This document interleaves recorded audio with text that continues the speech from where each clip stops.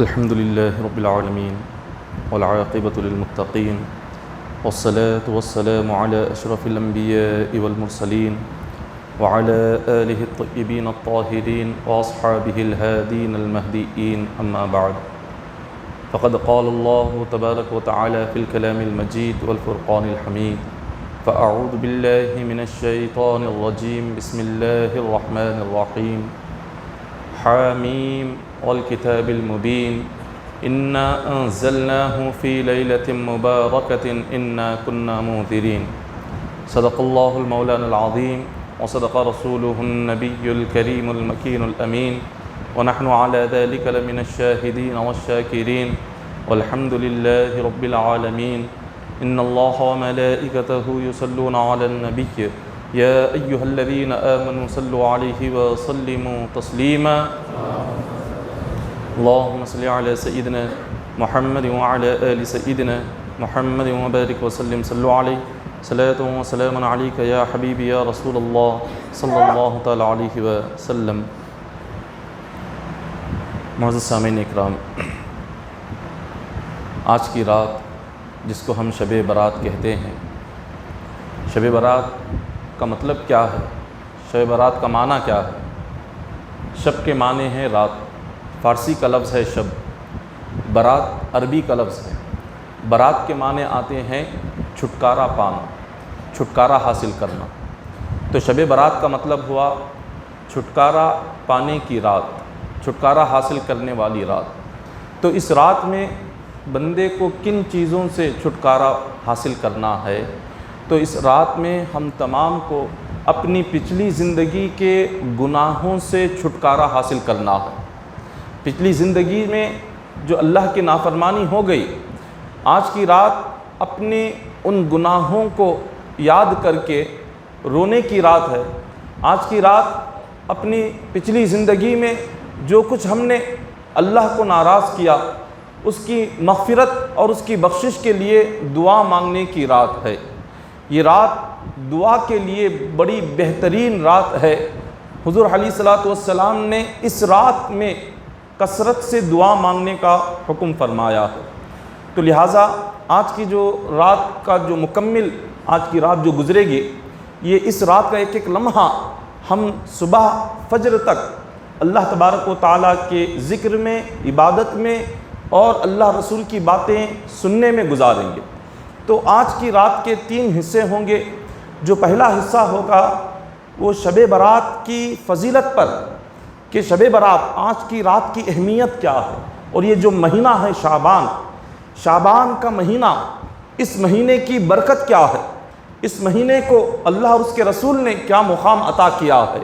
تو پہلا جو حصہ ہوگا شعبان اور شب برات کی فضیلت کے متعلق ہوگا، اور یہ تقریباً 1.5 گھنٹے تک پہلی تقریر پہلا حصہ مکمل ہوگا۔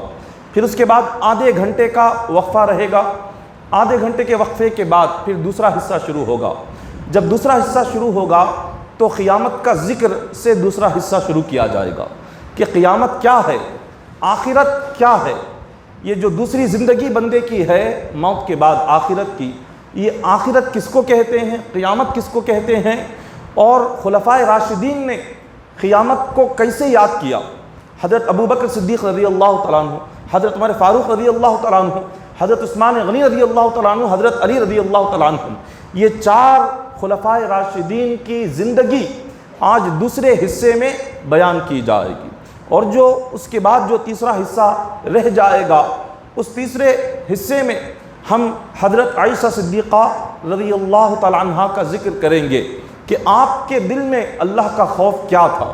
تو جو دوسرے جو 2 حصے ہوں گے وہ صحابہ کرام کی زندگیوں پر ہوں گے، ان کی زندگی کیسے گزرتی تھی، ان کی زندگیوں میں اللہ کا خوف کیا تھا، قیامت کا ڈر کیا تھا، قیامت کیسے قائم ہوگی، سور کب پھونکا جائے گا، جب قیامت آئے گی اس وقت میں دنیا میں کیا حالات پیش آئیں گے، زمین پر کیا حالات پیش آئیں گے، قیامت جس وقت قائم ہوگی آخرت میں کیا حالات پیش آئیں گے، آسمان میں کیا حالات پیش آئیں گے، یہ دوسرے حصے کا موضوع ہوگا۔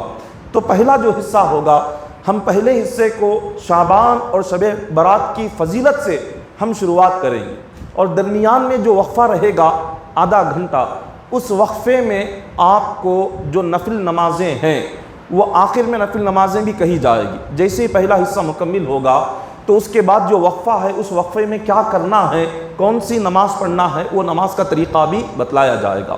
اب رہا قبرستان جو کہ سنت ہے آج کی رات زیارت کرنا، تو آپ اس زیارت کی وجہ سے اس رات میں جو یہ اہم بیانات ہیں، جو یہ اہم باتیں ہیں، اس کو سننا آپ چھوڑ کر آپ قبرستان کی زیارت کو اگر جا رہے ہیں، وہ قبرستان کی زیارت تو ایک سنت عمل ہے، لیکن علم دین سیکھنا تو فرض ہے۔ یہ ایک رات اللہ نے عطا کی ہے، یقیناً زیارت قبور کریں، لیکن کب؟ جب یہ مکمل ہو جائے۔ 4 بجے تک یہ 3 حصے مکمل ہوں گے اور 4 بجے سے 4:30 تک دعا ہوگی، اور جب دعا مکمل ہو جائے گی اب 4:30 سے سحری کا انتظام رہے گا 5 بجے تک، اور 5:05 کو سحری کا وقت ختم ہوتا ہے، اور فجر کی جو جماعت ہے 6:05 پر ہے۔ تو آپ کو 5 سے لے کر 6 تک کا وقت ہے، 5 سے لے کر 6 تک 1 گھنٹے کا وقت رہے گا سحری کے بعد۔ اس وقت میں آپ جا کر قبرستان میں اپنے مرحومین کی زیارت کر سکتے ہیں، وہ وقت رکھ لے۔ لیکن اس اہم وقت کو، یہ اہم باتیں جاننا، یہ اہم باتیں سننا، یہ بڑا ہی اہم وقت ہے، یہ بڑی اہم باتیں ہوں گی، بڑی اہم دعا ہوگی آخرت میں۔ آپ دعا چھوڑ کر اور یہ تمام اہم ذکر سننا چھوڑ کر آپ صرف گھومتے رہیں اور زیارت کے بہانے سے ساری رات گھومنے پھرنے میں لگا دے، تو پتہ نہیں آئندہ سال تک ہمارا نام کیا زندوں میں لکھا گیا ہے یا مردوں میں لکھا گیا ہے، اس بات کی بھی خبر نہیں۔ آج کی رات فیصلے کی رات ہے کہ کتنے ایسے ہیں کہ آئندہ سال تک جن کے نام زندوں میں لکھے ہوں گے یا مردوں میں لکھے جائیں گے۔ یہ آج کی رات 1 سال تک زمین پر جو ہونے والا ہے اللہ اس کا فیصلہ کرتا ہے۔ جب یہ فیصلے کی رات ہے تو ہمیں اپنی زندگی کا بہتر فیصلہ اللہ کی بارگاہ میں کرانے کے لیے دعا کرنا ہے، اپنے فیصلوں کے لیے، اپنی 1 سال آنے والی زندگی کی بہتری کے لیے جو اللہ ہمارے حق میں نعمتیں لکھے اس کے لیے دعا تو کرنا چاہیے۔ ہم بغیر دعا کے وقت برباد کریں گے تو فیصلے کی گھڑی ختم ہو جائے گی، رات بھی گزر جائے گی، صبح آ جائے گی، اور اس رات میں ہم نے کیا حاصل کیا، کیا لیا، کیا گیا، ہمیں معلوم ہی نہیں ہے۔ تو لہٰذا آپ اس نیت اور اس یقین سے بیٹھے کہ آج کی رات مکمل ہم اللہ رسول کا ذکر کرتے ہوئے صبح تک اسی انداز میں ہم گزاریں گے۔ ایک مرتبہ درود پاک پڑھ لے، اللہم صلی علی سیدنا محمد وعلی آل سیدنا محمد وبارک وسلم، صلی علیہ صلاۃ وسلام علیک یا حبیبی یا رسول اللہ صلی اللہ تعالیٰ علیہ وسلم۔ اب اصل جو موضوع ہے وہ موضوع شروع ہو رہا ہے۔ اللہ تبارک و تعالیٰ نے شب برات کا ذکر قرآن پاک میں 25ویں پارہ سورہ الدخان میں اللہ نے فرمایا۔ خدا نے کس انداز میں فرمایا؟ حامیم والکتاب المبین انا انزلناہ فی لیلۃ مبارکۃ انا کنا منذرین فیہا یفرق کل امر حکیم۔ یہ سورہ دخان کی 3 آیتیں ہیں۔ قرآن پاک میں حامیم سے شروع ہونے والی 7 صورتیں ہیں۔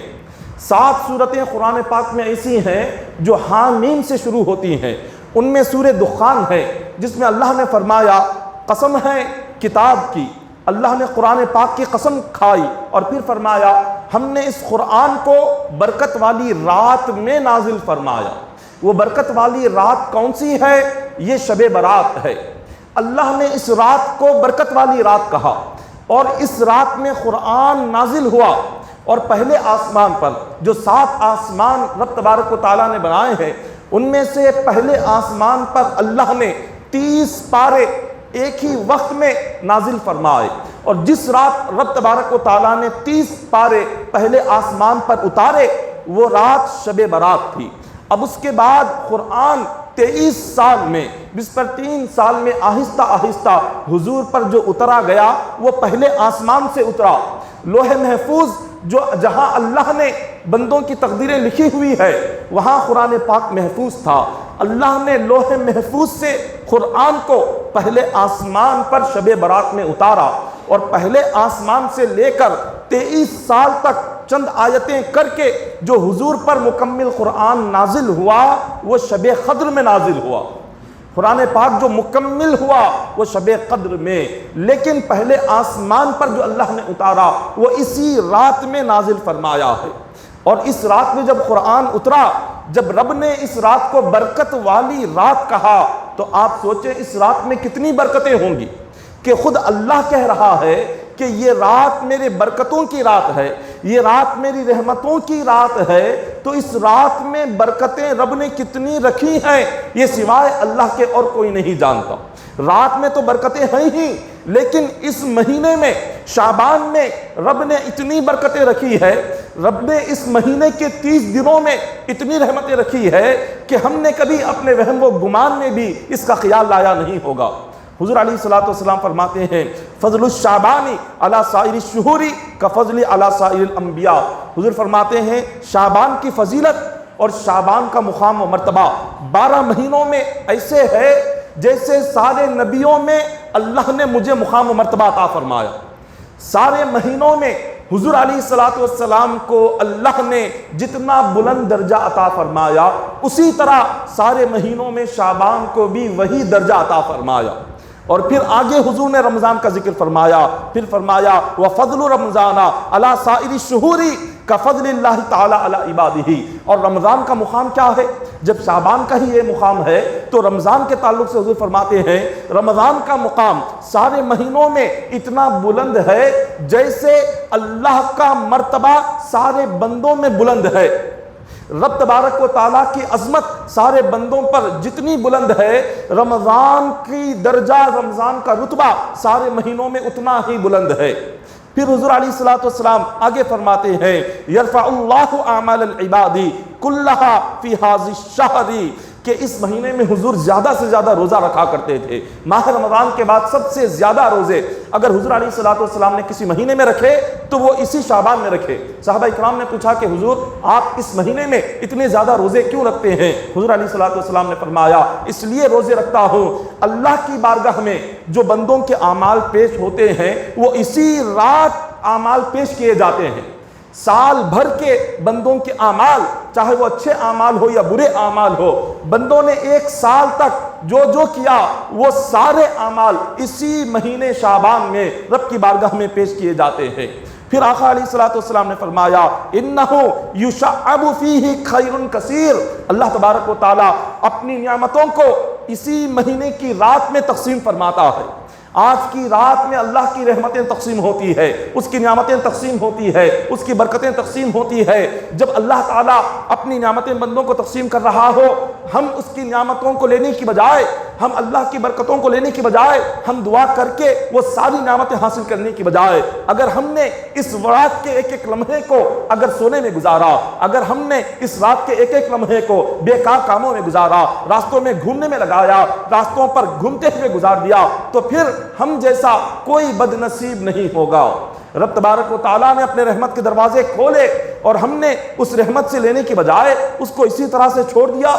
اسی ایک مقام پر آتا ہے کہ رب تبارک و تعالیٰ نے جو شعبان یہ نام رکھا ہے، شعبان کے ایک ایک لفظ میں اللہ نے برکت رکھی ہے۔ شعبان میں کتنے لفظ ہے؟ شین، عین، با، الف، نون۔ اگر ایک ایک لفظ کو غور سے ہم دیکھیں تو اللہ نے ایک ایک لفظ میں ایک ایک رحمت رکھی ہے۔ شعبان کا جو شین ہے، اس شین سے اللہ تعالیٰ ہمیں بتا رہا ہے شعبان کا شین بندے کو شرافت دیتا ہے۔ شرافت کے معنی کیا ہے؟ بزرگی، بندے کو فضیلت، بندے کو رتبہ اور درجہ اللہ تعالیٰ اپنے بندوں کو بتلا رہا ہے۔ جو کوئی شعبان کے مہینے میں اگر وہ نیک اعمال کرتا ہے، اللہ تبارک و تعالیٰ اس کے عظمت کو، اس کی فضیلت کو بلند فرما دیتے ہیں۔ اور شعبان کے شین کے بعد پھر باری آتی ہے عین کی۔ عین سے کیا مراد ہے؟ عین کا مطلب یہ ہے کہ اللہ تبارک و تعالیٰ عزت، اس عین سے اللہ بندوں کو عزت بتلا رہا ہے کہ اے بندو، اگر تم نے اس شعبان کی 15ویں رات میں اگر مجھے راضی کر لیا، اس شعبان کی 15ویں رات میں اپنے گناہوں کی معافی مانگی، اگر رویا، گڑ گڑایا، مغفرت کے لیے ہاتھ اٹھائے، تو اس رات کی عزت کے صدقے میں تمہیں بھی عزت عطا فرماؤں گا۔ شعبان کا شین اور میم عین کے بعد باری آتی ہے با کی۔ شعبان کے با کا مطلب کیا ہے شعبان کے با کا مطلب ہے برکت الہی۔ اللہ تبارک و تعالیٰ اس مہینے کی عبادت، اس رات کی عبادت کے صدقے میں اپنے برکتوں کے دروازے کھول دیتا ہے۔ پھر برکت کے بعد الف آتا ہے، پھر الف سے کیا مراد ہے؟ اللہ تعالیٰ الف سے بتلانا چاہتا ہے الفت الہی، کہ اے بندوں اگر تم میری الفت چاہتے ہو، میری محبت چاہتے ہو تو تم اس مہینے کو اور اس رات کو عبادت میں بھی گزارو اور صبح میں روزہ بھی رکھا کرو۔ پھر آخر میں آتا ہے نون، نون شعبان کا نون ہے۔ اب اس نون کا مطلب کیا ہے؟ نون سے نور الہی ہے، اللہ کا نور ہے۔ شعبان کے یہ جو 5 لفظ ہے، شعبان کے جو 5 حرف ہیں، شین ہے، عین ہے، با ہے، الف ہے، نون ہے، ایک ایک لفظ میں اللہ نے معنوں کا سمندر رکھا ہے۔ اللہ نے بزرگی بھی رکھ دی ہے، اسی شعبان میں اللہ نے عزت بھی رکھی ہے، اسی شعبان میں اللہ نے محبت بھی رکھی ہے، اسی شعبان میں اللہ نے اپنا نور بھی رکھا ہے اور اپنے بندوں کو بتلایا اس ماہ مبارکہ کے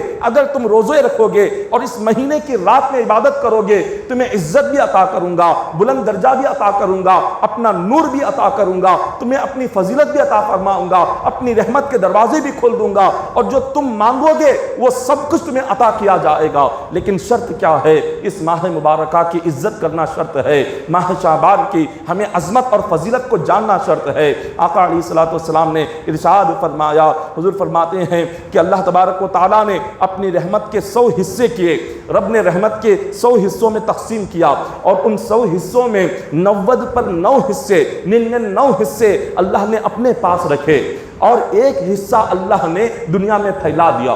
اللہ نے محبت کا، رحمت کا ایک حصہ صرف دنیا میں رکھا ہے۔ جو ماں بھی اپنے اولاد سے محبت کرتی ہے اسی ایک حصے کی وجہ سے، جو جانور اپنی اولاد پر پیر نہیں رکھتے وہ بھی اسی ایک محبت کی وجہ سے، جو خونخوار درندے جو چیر پھاڑ کر انسان کو کھا جاتے ہیں وہ اپنی اولاد کو جو نہیں کھاتے اسی ایک محبت کی وجہ سے، جتنا سخت سے سخت دل انسان ہو وہ اپنی اولاد سے جو محبت کرتا ہے وہ بھی ایک محبت کی وجہ سے، ماں کی محبت، اولاد کی محبت، والد کی محبت، دنیا کی جتنی قسم کی محبتیں ہیں وہ ساری محبتیں، وہ ساری رحمتیں اگر جمع کیا جائے اللہ کی محبت کا 100واں حصہ ہے۔ رب نے وہ ایک حصہ دنیا میں پھیلا دیا اور 99 حصے، 90 پر 9 حصے اللہ نے اپنے پاس رکھے ہیں۔ صحابہ نے پوچھا کہ حضور وہ جو اللہ کی محبت کے 99 حصے ہیں وہ کب اللہ ظاہر کرے گا؟ وہ رحمت کے 99 حصے کب بندوں کو عطا فرمائے گا؟ حضور علیہ الصلوۃ والسلام فرماتے ہیں جب قیامت کا دن ہوگا اللہ تعالیٰ اپنی یہ ایک محبت کو، اپنی یہ ایک رحمت کو 99 رحمتوں میں ملائے گا اور ملا کر 100 رحمت بنائے گا اور وہ 100 رحمتیں اپنے تمام جنتی بندوں میں تقسیم فرما دے گا اور اپنے بندوں میں اللہ وہ 100 محبتیں تقسیم فرمائے گا، وہ 100 رحمتیں تقسیم فرمائے گا۔ جب اللہ کی ایک رحمت، اللہ کی ایک محبت کا جب یہ عالم ہے کہ ساری دنیا میں پھیلا دیا گیا ہے اور پھر بھی اتنی محبت ہے تو آپ اندازہ لگائیں قیامت کے دن جب اللہ تعالیٰ اپنی 99 محبتیں اور یہ ایک محبت ملا کر 100 محبت کر دیں گے اور وہ 100 محبتیں بندوں میں جب تقسیم کریں گے، وہ 100 رحمتیں جب بندوں میں تقسیم کریں گے تو اس وقت کا کیا حال ہوگا، کیا عالم ہوگا، قیامت کا کیا منظر ہوگا۔ پھر آگے بیان کیا جاتا ہے اور اللہ نے 3 مہینوں کو بہت ہی بلند مقام عطا فرمایا۔ ایک ماہ رجب ہے، ایک شعبان ہے اور ایک رمضان ہے۔ حضور نے فرمایا ان رجب شہر اللہ، رجب اللہ کا مہینہ ہے، وہ شعبان شہری، اور حضور نے فرمایا شعبان میرا مہینہ ہے، اور رمضان کے تعلق سے فرمایا وہ رمضان شہر امتی، رمضان میری امت کا مہینہ ہے۔ تو یہ اللہ نے تینوں مہینے عظمت والے رکھے۔ علماء کرام فرماتے ہیں جب رجب کا مہینہ آ جاتا ہے تو رجب کے مہینے میں اگر بندہ اللہ کی عبادت کر لے اور گناہ چھوڑے اور اللہ کو راضی کرنے کی کوشش کرے تو اللہ سر سے لے کر پیر تک اس کے جسم کو گناہوں سے پاک کر دیتا ہے۔ رجب کی عبادت کے صدقے میں بندے کا جسم سر سے پیر تک گناہ سے پاک ہو جاتا ہے۔ پھر جب شعبان آتا ہے، بندہ مومن جب شعبان میں اللہ کی عبادت شروع کرے، جب شعبان میں وہ روزے رکھنا شروع کرے، جب شعبان میں اللہ کو راضی کرنے کے لیے راتوں میں اٹھ کر ذکر کرنا شروع کرے، اللہ اس کے دل کو پاک کر دیتا ہے۔ دل کے اندر جو گندگی ہے، دل کے اندر جتنے گناہ ہیں، دل کے اندر جتنی قسم کی بھی ناپاکی ہو، اللہ تعالیٰ شعبان کی عبادت کے صدقے میں بندے کے دل کو ہر گندگی سے پاک کر دیتا ہے۔ اب جب شعبان کے بعد رمضان آتا ہے، علماء فرماتے ہیں اور اللہ تبارک و تعالی رمضان کی عبادت کرنے والے کا جسم تو پہلے ہی پاک ہو گیا، دل بھی پہلے ہی پاک ہو گیا، اب بندے کی روح بچ جاتی ہے۔ اللہ تعالیٰ روزوں کی اس تکلیف کے صدقے میں، ماہ رمضان کی عبادت کے صدقے میں بندے کی روح کو ہر قسم کی گندگی سے پاک کر دیتا ہے۔ تین چیزیں بندے کی ہے، جسم ہے، دل ہے، روح ہے۔ جسم پاک ہوتا ہے رجب کی عبادت سے، دل پاک ہوتا ہے شعبان کی عبادت سے، شب برات کی عبادت سے، اور یہ جو روح ہے انسان کے اندر، یہ روح پاک ہوتی ہے رمضان کی عبادت سے۔ اور جس نے رجب بھی چھوڑ دیا، شعبان بھی چھوڑ دیا، معراج کی عبادت بھی چھوڑ دی، برات کی عبادت بھی چھوڑ دی، رجب کے روزے بھی چھوڑ دیے، شعبان کے روزے بھی چھوڑ دیے، اب وہ سیدھے رمضان کو آ رہا ہے۔ اور رمضان میں بھی مکمل روزے نہیں، جب وقت ملا روزہ رہ گئے، جب وقت ملا روزہ چھوڑ دیا۔ اپنی سہولت کے مطابق، اپنی طبیعت کے مطابق جب ہم عبادت کرنے کو آئیں گے، اللہ تعالیٰ ایسی عبادت اٹھا کر ہمارے منہ پر مارے گا۔ اللہ تعالیٰ کو کیا ہماری عبادت کی ضرورت ہے؟ اللہ تبارک و تعالیٰ نے جو وقت ہمیں دیا عبادت کا، جو دن ہمیں دیے روزوں کے، اور جو ہمیں اللہ نے صبح اور شام عطا کی، اور اس میں جو وقت ہمیں عطا فرمائے، اس وقت میں یہ کرنا، اس دن میں یہ کرنا، اس رات میں یہ کرنا، اور ہم نے دین کو اپنی طبیعت کے مطابق بنا لیا۔ طبیعت اور دل جیسا چاہے ہم ویسے کرنے لگ جاتے ہیں۔ دل نے کہا آج یہ عبادت کرنا ہے، کر لیا، اور دل نے کہا نہیں کرنا ہے، چھوڑ دیا۔ اللہ تبارک و تعالیٰ کیا ایسی عبادت کی خدا کو ضرورت ہے کہ جو عبادت بندے کے دل کا محتاج بن جائے؟ بندے کا دل اگر چاہے تو وہ اللہ کی بارگاہ میں سر جھکائے، اگر دل چاہے تو روزہ رکھے، دل چاہے تو چھوڑ دے۔ کیا ایسی عبادت اللہ پسند کرے گا؟ کیا ایسی عبادت اللہ قبول کرے گا؟ ہرگز نہیں۔ عبادت تو وہ قبول ہوتی ہے کہ رب نے بندے کو جیسے کہا اگر ویسے عبادت کرے گا تب بھی عبادت قبول کرنا مشکل ہے۔ جیسے کرنے کا حق ہے اگر ویسے عبادت کریں تو بھی یقین نہیں اللہ قبول کرے گا یا نہیں کرے گا۔ اور ہم اپنی نفس کی خواہشات کے مطابق، اپنے دل کی تمنا کے مطابق، اپنے دل کی مقصد کے مطابق جب چاہے ہم عبادت کریں تو وہ کیسے قبول ہوگی؟ ہرگز نہیں۔ اسی لیے آقا علیہ السلام نے فرمایا اگر رمضان کی تیاری کرنا چاہتے ہو رجب سے تیاری کرو۔ رمضان کی تیاری رجب سے ہو جائے، رمضان کے روزوں کی تیاری شب معراج کے روزوں سے ہو جائے، اور راتوں کی عبادت کی تیاری شب برات کی رات سے شروع ہو جائے، رمضان کے اگر نمازوں کی تیاری شعبان کی نمازوں سے شروع ہو جائے، تب سے ہمیں تیاری شروع کرنی ہے۔ یہ اللہ تبارک و تعالیٰ نے اس طرح ہمیں عبادت کا حکم عطا فرمایا۔ حضور علیہ السلام فرماتے ہیں جس نے ماہ شعبان کے پہلے 3 دن اور درمیان کے 3 دن اور آخر کے دن 3 دن، پہلے 1 2 3 چاند کی 3 تاریخ، پھر اس کے بعد 11 12 13 یہ 3 تاریخ، اور پھر آخر کے 28 29 30 یہ 3 تاریخ، اگر جس کسی نے یہ 9 روزے اگر رکھ لیے اللہ تبارک و تعالیٰ اس بندے کے نامہ اعمال میں 70 نبیوں کی عبادت کا ثواب لکھ دیتا ہے۔ 70 نبیوں کی عبادت، 70 نبیوں کی نیکیاں، 70 نبیوں کی نمازیں، 70 نبیوں کے روزے کتنے ہوں گے اور کتنی ان کی عبادت ہوگی اور کتنا ان کا اجر و ثواب ہوگا۔ حضور فرماتے ہیں شعبان کے ابتدائی تاریخ کے 3 روزے رکھ لو، درمیان میں 3 روزے رکھ لو، آخر میں 3 روزے رکھ لو، 70 نبیوں کا ثواب تمہارے نامہ اعمال میں لکھ دیا جائے گا۔ شعبان کا یہ مقام ہے، اس مہینے کی عظمت یہ ہے، یہ کوئی عام مہینہ نہیں ہے، یہ کوئی عام رات نہیں ہے۔ پھر حضور علیہ السلام آگے فرماتے ہیں اگر کوئی شخص اسی طرح اس مہینے میں روزہ رکھتے ہوئے، اس مہینے میں اس نے روزہ بھی رکھا، اس مہینے میں شب برات میں اس بندے نے جاگ کر ساری رات اللہ کی عبادت بھی کی، اللہ رسول کا ذکر سنا، اور اسی سال اس کی موت بھی آ گئی، اور اسی سال اس کی موت بھی آ گئی، اللہ تبارک و تعالیٰ اس کو شہید کا درجہ عطا فرماتا ہے، شہید کا درجہ عطا کرتا ہے۔ کس بندے کو؟ جس نے شعبان میں شب برات میں جاگا بھی، وہ روزہ بھی رکھا، اس نے رات بھر اللہ کی عبادت بھی کی، دعا بھی کی، آئندہ شب برات سے پہلے اگر موت آ گئی وہ شہید کا درجہ اللہ کی بارگاہ میں حاصل کرے گا، اور اللہ تعالیٰ اس کے نامہ اعمال میں 70 سال کی عبادت کا ثواب لکھ دے گا۔ 70 نبیوں کی عبادت کا ثواب، 70 سال کی عبادت کا ثواب، شہادت کی موت کس بندے کو مل رہی ہے جس نے شعبان کے مہینے میں عبادت بھی کی، شب برات میں جاگ کر جس نے اللہ کو راضی کیا، دعا کیا، اپنی مغفرت کے لیے رویا، گر گڑایا، اللہ رسول کا ذکر سنا، اس بندے کے لیے اللہ نے اپنی نعمت کے دروازے کھلے رکھے ہیں۔ یہ اللہ کی رحمت ہے جو اللہ تعالی ہمیں عطا کر رہا ہے۔ حضور علیہ الصلوۃ والسلام ایک حدیث پاک میں ارشاد فرماتے ہیں کہ تم شعبان کی تعظیم کرو، شعبان کی عزت کرو۔ صحابہ اکرام نے پوچھا کہ حضور شعبان کی عزت کیسے کریں، شعبان کی عزت کرنے کا مطلب کیا ہے؟ تو حضور فرماتے ہیں شعبان کی عزت کرنے کا مطلب یہ ہے کہ جب شعبان کا مہینہ آ جائے، اللہ کا خوف، اللہ کا ڈر دل میں رکھ کر گناہ کرنا چھوڑ دو، اللہ کی نافرمانی کرنا چھوڑ دو، بے شرمی چھوڑ دو، بے حیائی چھوڑ دو، اور اللہ کی عبادت کے راستے پر آ جاؤ، نیک اعمال کرتے رہو، سنت رسول کے پابند بن جاؤ، اور خود کو سر سے پیر تک گناہوں سے بچاؤ۔ حضور علیہ الصلوۃ والسلام فرماتے ہیں جو کوئی بندہ شعبان کے مہینے میں اس طرح زندگی گزارے گا، خود کو گناہوں سے بچائے گا، عبادت کا پابند بنائے گا، تو اللہ تبارک و تعالی آئندہ سال تک ہر بیماری سے اس کی حفاظت فرمائے گا، چاہے وہ زمینی بیماری ہو یا آسمانی بیماری ہو، وہ جیسی بیماری کیوں نہ ہو، اللہ تبارک و تعالی اس رات کی عبادت کے صدقے میں، شعبان کے مہینے میں اللہ کی اطاعت کے صدقے میں، گناہ چھوڑنے کے صدقے میں، خالق کائنات آئندہ سال تک ہر قسم کی بیماری سے بندے کی حفاظت فرمائیں گے۔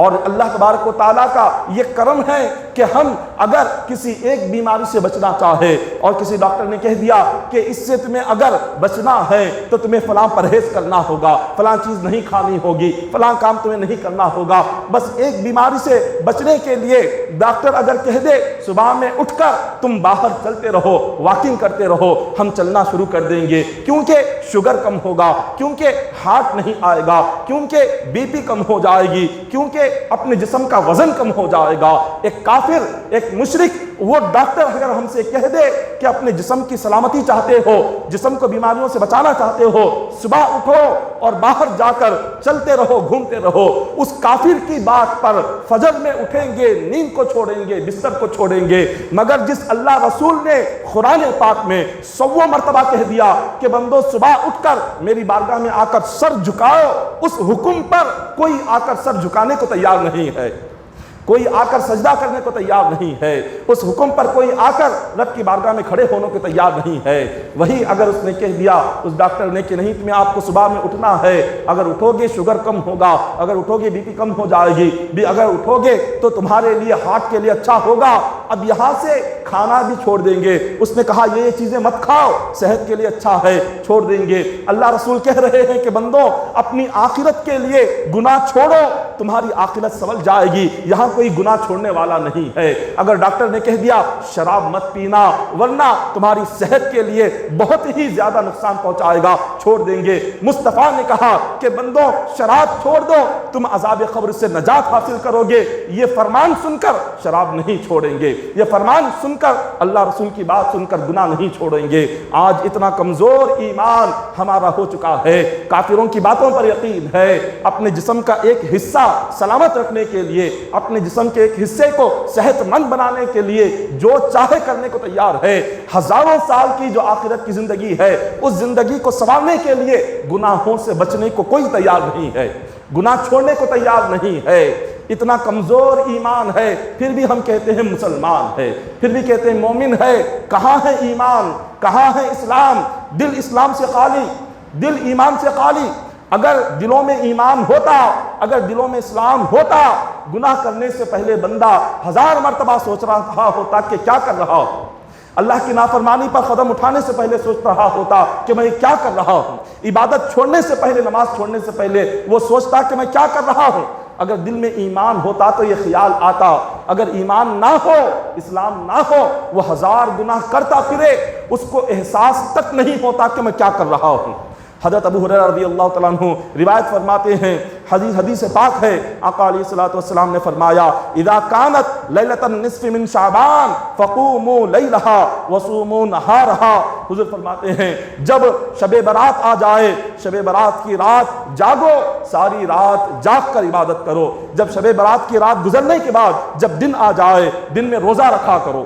حضور نے کھلے الفاظ میں فرمایا راتوں میں جاگ کر عبادت کرو، جب دن آ جائے تو روزہ رکھا کرو۔ کیوں؟ حضور فرماتے ہیں شب برات کا جو دن ہوتا ہے، یہ جو شب برات کی جو رات ہے، شریعت میں پہلے رات آتی ہے، بعد میں دن آتا ہے۔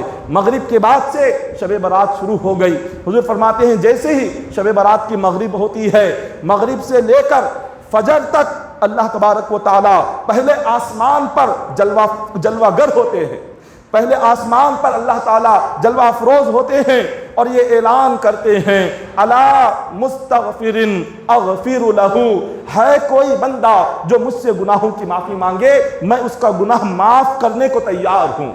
مغرب کے بعد سے اللہ کا اعلان شروع ہوتا ہے کہ بندوں کہاں ہو، آؤ تم میں سے اگر کوئی ہے تو آ کر اپنے گناہ کی معافی مانگو، تمہارا ہر گناہ معاف کرنے کو تیار ہوں، تمہاری بخشش کو تیار ہوں، تمہاری مغفرت کو تیار ہوں۔ پہلا اعلان یہ ہوتا ہے۔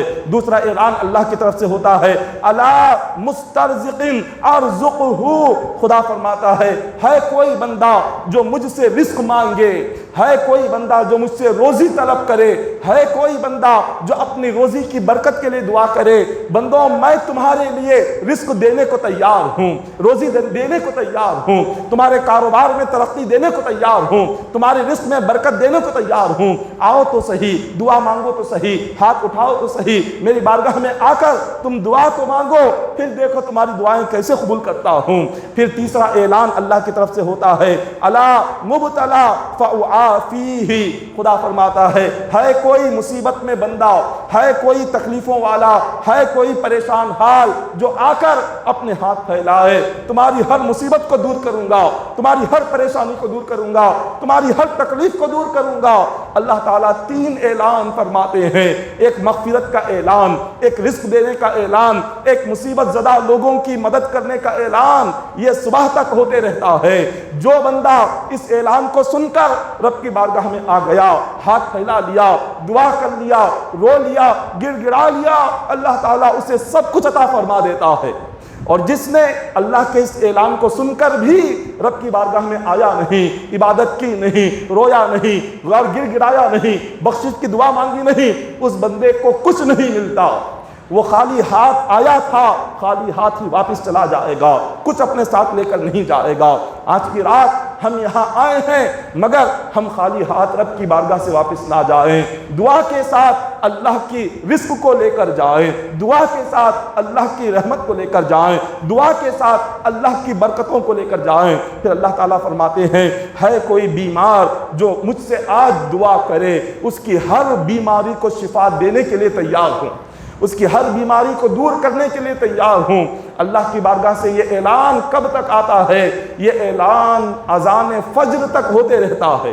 مغرب سے اللہ کا یہ اعلان شروع ہوتا ہے، اذان فجر تک چلتے رہتا ہے کہ بندوں آؤ، آ کر اپنی مغفرت لے جاؤ، آؤ اپنا رزق لے جاؤ، آؤ اپنی بیماری سے شفا لے کر جاؤ، آؤ اپنی مصیبتوں سے، اپنی تکلیفوں سے، اپنی پریشانیوں سے اس کا حل میرے پاس سے لے کر جاؤ۔ یہ صبح تک اعلان ہوتے رہتا ہے مگر ہم غفلت میں ہیں، ہم اللہ کو بھولے ہوئے ہیں، ہمارے کانوں میں وہ طاقت نہیں جو اللہ کی اس آواز کو ہم سن سکے۔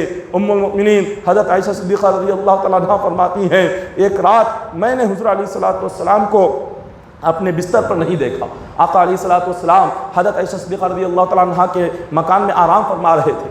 آدھی رات کا وقت تھا تو حضرت ام المؤمنین عائشہ صدیقہ رضی اللہ تعالیٰ عنہ نے گھر میں دیکھا حضور علیہ السلام اپنے بستر پر نہیں ہے۔ آپ گھبرا گئی اور حضور کی تلاش میں نکلی۔ جب حضور کو تلاش کرتے کرتے آپ سیدھے جنت البقیع پہنچی جو مدینہ منورہ کا قبرستان ہے، وہاں پر آقا علیہ السلام کو دیکھا کہ حضور آسمان کی طرف سر اٹھائے ہوئے ہیں، اور آقا علیہ السلام کو دیکھ کر حضرت عائشہ صدیقہ فرماتی ہیں کہ یا رسول اللہ صلی اللہ علیہ وسلم، اچانک آپ اپنے بستر سے اٹھ کر اور نیند چھوڑ کر جنت البقیع کے قبرستان میں کھڑے ہیں اور آسمان کی طرف آپ دیکھ رہے ہیں، کیا بات ہے؟ حضور علیہ السلام نے فرمایا اے عائشہ، ان اللہ تعالی ينزل ليلة النصف من شعبان الى سماء الدنيا فيغفر لاكثر من عدد شعر غنم كلب۔ حضور فرماتے ہیں آج کی رات اللہ تبارک و تعالی پہلے آسمان پر جلوہ گر ہوتے ہیں، اور اللہ تبارک و تعالیٰ بنو کلب ایک قبیلے کا نام ہے، اس قبیلے میں ہزاروں کی تعداد میں بکریاں تھیں۔ حضور فرماتے ہیں قبیلے بنو کلب کی جتنی بکریاں ہیں، ان بکریوں کے جسم پر جتنے بال ہیں، اللہ تعالیٰ ان بالوں سے زیادہ آج کی رات گناہگاروں کی مغفرت فرماتا ہے۔ ان بکریوں کے بالوں سے زیادہ آج کی رات گناہگاروں کی بخشش ہوتی ہے، گناہگاروں کی مغفرت ہوتی ہے۔ حضرت ابو ہریرہ رضی اللہ تعالیٰ عنہ حدیث پاک روایت کرتے ہیں، حضور نے فرمایا شعبان کی جب یہ 15ویں رات تھی، شب برات کو حضور علیہ الصلوۃ والسلام لیٹے ہوئے تھے، آرام کر رہے تھے، جبرائیل امین حضور کے بارگاہ میں حاضر ہوتے ہیں اور عرض کرتے ہیں کہ یا رسول اللہ صلی اللہ علیہ وسلم، یہ وہ رات ہے کہ اس رات اللہ نے آسمان کے اپنی رحمت کے سارے دروازے کھول دیے۔ آپ آرام کر رہے ہیں، آپ اٹھیے، حضور علیہ الصلوۃ والسلام کو جبرائیل امین اٹھاتے ہیں، آقا علیہ الصلوۃ والسلام اپنے سر مبارک کو اٹھا کر حضور علیہ الصلوۃ والسلام آسمان کی طرف دیکھتے ہیں، ایک عجیب قسم کا نور چھایا ہوا ہے۔ جبرائیل امین فرماتے ہیں کہ حضور آج کی رات آپ دعا کریں، آج کی رات دعا کی رات ہے، اللہ تبارک و تعالیٰ آپ کی دعا آج کی رات یقیناً قبول فرمائیں گے۔ حضور علیہ الصلوۃ والسلام نے پوچھا کہ اے جبرائیل آج کی رات اللہ تبارک و تعالیٰ کیا عظمتیں رکھا ہے، آج کی رات کی شان کیا ہے؟ جبرائیل امین فرماتے ہیں یا رسول اللہ صلی اللہ علیہ وسلم، آج کی رات اللہ تبارک و تعالیٰ آسمان سے 300 رحمتیں زمین پر نازل فرماتا ہے۔ 300 رحمتیں اللہ کی آسمان سے زمین پر آج کی رات اترتی ہے، اور اللہ تبارک و تعالیٰ اس کی بارگاہ میں آج جو بندہ آتا ہے، اللہ آج کی رات سارے بندوں کی مغفرت و بخشش فرما دیتا ہے۔ جب 300 رحمتیں اللہ کی زمین پر اتر رہی ہے آج کی رات، تو اندازہ لگائیں وہ 300 رحمتیں کیسی ہوگی، وہ 300 برکتیں کیسی ہوں گی، اور اس کے صدقے میں اللہ تعالیٰ گناہگاروں کی مغفرت فرماتا ہے اور بخشش فرماتا ہے۔ لیکن جبرائیل امین نے آگے فرمایا کہ یا رسول اللہ صلی اللہ علیہ وسلم، آج کی رات تمام لوگوں کی مغفرت تو ہوگی، تمام گناہگاروں کی بخشش ہوگی، مگر کچھ ایسے بد نصیب ہیں، آج کی رات کچھ ایسے بھی گناہگار ہیں، اللہ تعالیٰ انہیں بخشے گا نہیں، آج کے رات ان کے گناہ معاف نہیں ہوں گے۔ کب تک؟ جب تک کہ وہ لوگ توبہ نہ کر لے، جب تک کہ آج کی رات وہ رو کر گر گڑا کر اپنے گناہ کی معافی نہ مانگے، وہ دعا کے لیے جب تک ہاتھ نہیں اٹھائیں گے، اللہ تعالیٰ آج کی رات، اتنی مبارک رات بھی ان گناہگاروں کو نہیں بخشے گا۔ جبرائیل امین سے حضور نے پوچھا وہ کون بد نصیب ہیں جن کی آج کی رات مغفرت نہیں ہوتی، آج کی رات جن کی بخشش نہیں ہوتی، وہ کون بد نصیب ہے؟ جبرائیل امین فرماتے ہیں حضور سب سے پہلے آپ کی امت میں شراب پینے والے، جو شراب پیتے ہوں، آج کی رات اللہ تعالیٰ ان کی مغفرت نہیں فرماتا۔ ہر گناہگار کی بخشش ہوگی، مگر شراب پینے والے کی بخشش آپ کی رات نہیں ہوگی۔ یہ سب سے بدترین گناہ ہے، بلکہ حضور نے فرمایا تمام گناہوں کی اصل جڑ اگر کچھ ہے تو وہ شراب ہے، سارے گناہوں کی جڑ شراب ہے۔ جس بندے کو اس شراب کی لعنت کی عادت ہو جائے، ساری برائیاں اس کے اندر خود بخود پیدا ہو جاتی ہے۔ جو شرابی بن گیا وہ زانی بھی بن جاتا ہے، جو شرابی بن گیا وہ جھوٹا بھی بن جاتا ہے، جو شرابی بن گیا وہ مکار بن جاتا ہے، جو شرابی بن گیا وہ دھوکے باز بن جاتا ہے، جو شرابی بن گیا وہ اللہ کی عبادت کو چھوڑنے والا بن جاتا ہے۔ ہر قسم کی برائی شرابی کے پاس آ جاتی ہے۔ تو حضور نے فرمایا جو شرابی ہوگا آج کی رات اللہ اس کا گناہ معاف نہیں کرے گا، اور جب تک معاف نہیں کرے گا کہ وہ اللہ سے سچے دل سے یہ وعدہ نہ کرے کہ آج کے بعد دوبارہ وہ شراب کو دیکھے گا تک نہیں، شراب کو وہ ہاتھ تک نہیں لگائے گا، جب تک وہ اللہ سے وعدہ نہیں کرے گا آج کی رات توبہ نہیں کرے گا، اس وقت تک اللہ اس کا گناہ معاف نہیں کرے گا۔ پہلا شرابی ہے، اور دوسرا کون ہے؟ فرمایا دوسرا زانی ہے۔ ایسا بندہ کہ جس نے دنیا میں زنا کیا ہو، ایسے بندے کی بھی آج کی رات اللہ بخشش نہیں فرماتا، ایسے بندے کی آج کی رات اللہ تعالیٰ مغفرت نہیں فرماتا، اس کا گناہ معاف نہیں ہوتا۔ آج یہ جو دو گناہ ہے، شراب اور یہ جو زنا ہے، یہ دن بدن عام ہوتا جا رہا ہے، اور خاص طور پر نوجوانوں میں یہ بڑھتا جا رہا ہے۔ آج کتنے ایسے نوجوان ہیں کہ جو اپنی جوانی شراب میں برباد کر رہے ہیں، کتنے نوجوان ایسے ہیں کہ جو اپنی جوانی کو اللہ کی عبادت میں لگانے کی بجائے شراب خانوں میں اپنی جوانی لگا رہے ہیں، اپنی جوانی زنا میں برباد کر رہے ہیں، اپنی جوانی کو اللہ کی نافرمانی میں برباد کر رہے ہیں۔ یہ بہت بڑی لعنت ہے جو آج ساری امت میں پھیل رہی ہے۔ حضور نے فرمایا جو شرابی ہوگا، جو زانی ہوگا، اللہ تبارک و تعالیٰ ان دونوں کی مغفرت اور بخشش نہیں فرماتے آج کی رات بھی۔ تو اندازہ لگاؤ یہ کتنا بدترین گناہ ہے کہ مولا آج کی جیسی برکت والی رات ان کے گناہ کو معاف نہیں فرماتا، آج کی جیسی عظمت والی رات اللہ تعالیٰ ان کی بخشش نہیں فرماتا۔ یہ دو ہو گئے، شرابی اور زانی۔ اور تیسرا فرماتے ہیں وہ بندہ جو دنیا میں سود کھاتا ہو۔ سود خور کی آج کی رات مغفرت نہیں ہوتی۔ جو سود کھائے اور سود کھا کر جو بندہ عبادت کرے، نماز پڑھے، اللہ تعالیٰ سود خور کی نہ نماز قبول کرتا ہے نہ روزہ قبول کرتا ہے۔ سود خور کی کوئی عبادت قبول نہیں۔ وہ چاہے اپنی زندگی میں 100 حج کر لے، وہ سود لے کر سود کے مال سے وہ 100 عمرہ کر لے، وہ 100 حج کر لے، وہ 100 سال تک اللہ کی عبادت کر لے، اللہ تعالیٰ اس کی کوئی عبادت کو قبول نہیں فرماتا۔ وجہ کیا ہے کہ اس نے سود کھایا ہے۔ یہ سود سارے حرام چیزوں میں سب سے بدترین حرام اگر کچھ ہے تو سود ہے۔ شراب سے 100 گنا بڑھ کر حرام سود ہے، زنا سے 100 گنا بڑھ کر حرام اور بڑا گناہ سود ہے۔ بہت ہی بدترین گناہ ہے سود۔ آج مال کی محبت میں آج مسلمان یہ بھول چکا ہے کہ اس کو مرنا ہے، اس کو مر کر خبر میں جانا ہے اور اللہ کی بارگاہ میں اس کو جواب دینا ہے۔ مال کی محبت میں آج انسان نے اس کو بھلا دیا اور سود بڑھتا جا رہا ہے، اور سود پر آج مسلمان قرض لے بھی رہا ہے اور سود پر قرض دے بھی رہا ہے۔ یہ دونوں گناہ ہیں۔ جس کاروبار، جس تجارت میں سود کا مال ڈالا گیا، اللہ تعالیٰ اس کاروبار میں کبھی برکت عطا نہیں فرماتا۔ اس کاروبار کی ترقی ختم ہو جاتی ہے کہ جس کاروبار میں، جس دکان میں سود کا مال ہم نے ڈال دیا، سود سے رقم لی اور اسی سودی رقم سے ہم نے تجارت کیا، کاروبار کیا، کتنے سال کیوں نہ کر لے، کتنی محنت کیوں نہ کر لے، نہ اللہ اس میں سکون عطا کرے گا، نہ برکت عطا کرے گا، نہ اللہ اس میں بلندی عطا کرے گا، کچھ حاصل نہیں ہوگا۔ سب سے پہلے سود کو چھوڑنا ہے۔ جب تک ہم سود لینا نہیں چھوڑیں گے اللہ ہمارے رزق میں برکت پیدا نہیں فرمائے گا۔ جب تک سود پر خرچ لینا نہیں چھوڑیں گے نہ ہمارے دکان میں برکت ہوگی، نہ تجارت میں، نہ کاروبار میں۔ آج کی رات سود خور کی مغفرت نہیں ہوتی۔ اور چوتھا فرمایا وہ بندہ جو چغل خوری کرتا ہو، جو یہاں کی باتیں کسی اور کو، کسی اور کی باتیں کسی اور کو، جو باتیں ادھر کی ادھر کرے، ایسے بندے کی بھی آج کی رات اللہ مغفرت نہیں فرماتا۔ چغل خوری کرنے والا یہ بھی بہت بڑا گناہ ہے۔ اتنا بڑا گناہ ہے کہ ایک روایت میں آتا ہے کہ مدینہ منورہ میں ایک خاتون کا انتقال ہوا۔ اس کا بھائی اپنی بہن کی آخری دیدار کے لیے آیا، اس نے بہن کی دیدار کر لی، قبر میں بہن کو اتار دیا۔ واپس وہ پلٹ کر آ رہا تھا، اس کو یاد آیا کہ میں نے اپنی بہن کی قبر میں اپنی بڑی اہم تھیلی چھوڑ دی ہے۔ واپس پلٹ کر آیا، قبر سے مٹی ہٹائی۔ جب قبر سے مٹی ہٹائی تو کیا دیکھتا ہے؟ اس کی بہن کی قبر آگ سے بھری ہوئی ہے، سر سے پیر تک جہنم کی آگ ہی آگ ہے۔ وہ چیخ رہی ہے، چلا رہی ہے۔ اس نے اپنی بہن کو ایسی دردناک حالت میں دیکھا، ڈر کر قبر پر مٹی ڈالی، واپس گھر آیا، اپنی ماں سے کہنے لگا، اے میری والدہ، میری بہن کیا عمل کرتی تھی، میری بہن کی زندگی کیسے گزری، وہ کیا کام کرتی تھی، اس کی گناہ کیا ہیں، اس کی نیکیاں کیا ہے، ذرا مجھے بتاؤ۔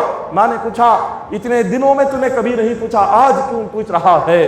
بھائی نے کہا، میں ابھی اس کی قبر سے آیا ہوا ہوں، میں نے قبر کا جو حال دیکھا ہے کہ سر سے پیر تک میری بہن آگ میں جل رہی ہے، بس اسی کا ڈر ہے کہ کون سا گناہ ہے جو اس کی قبر کو آگ سے بھر دیا۔ ماں نے کہا، تیری بہن نمازی تھی، نماز تو پڑھتی تھی پابندی کے ساتھ، جیسی نماز ہو جاتی لوگوں کے دروازوں پر کان لگاتی کہ کس کے گھر میں کیا ہو رہا ہے۔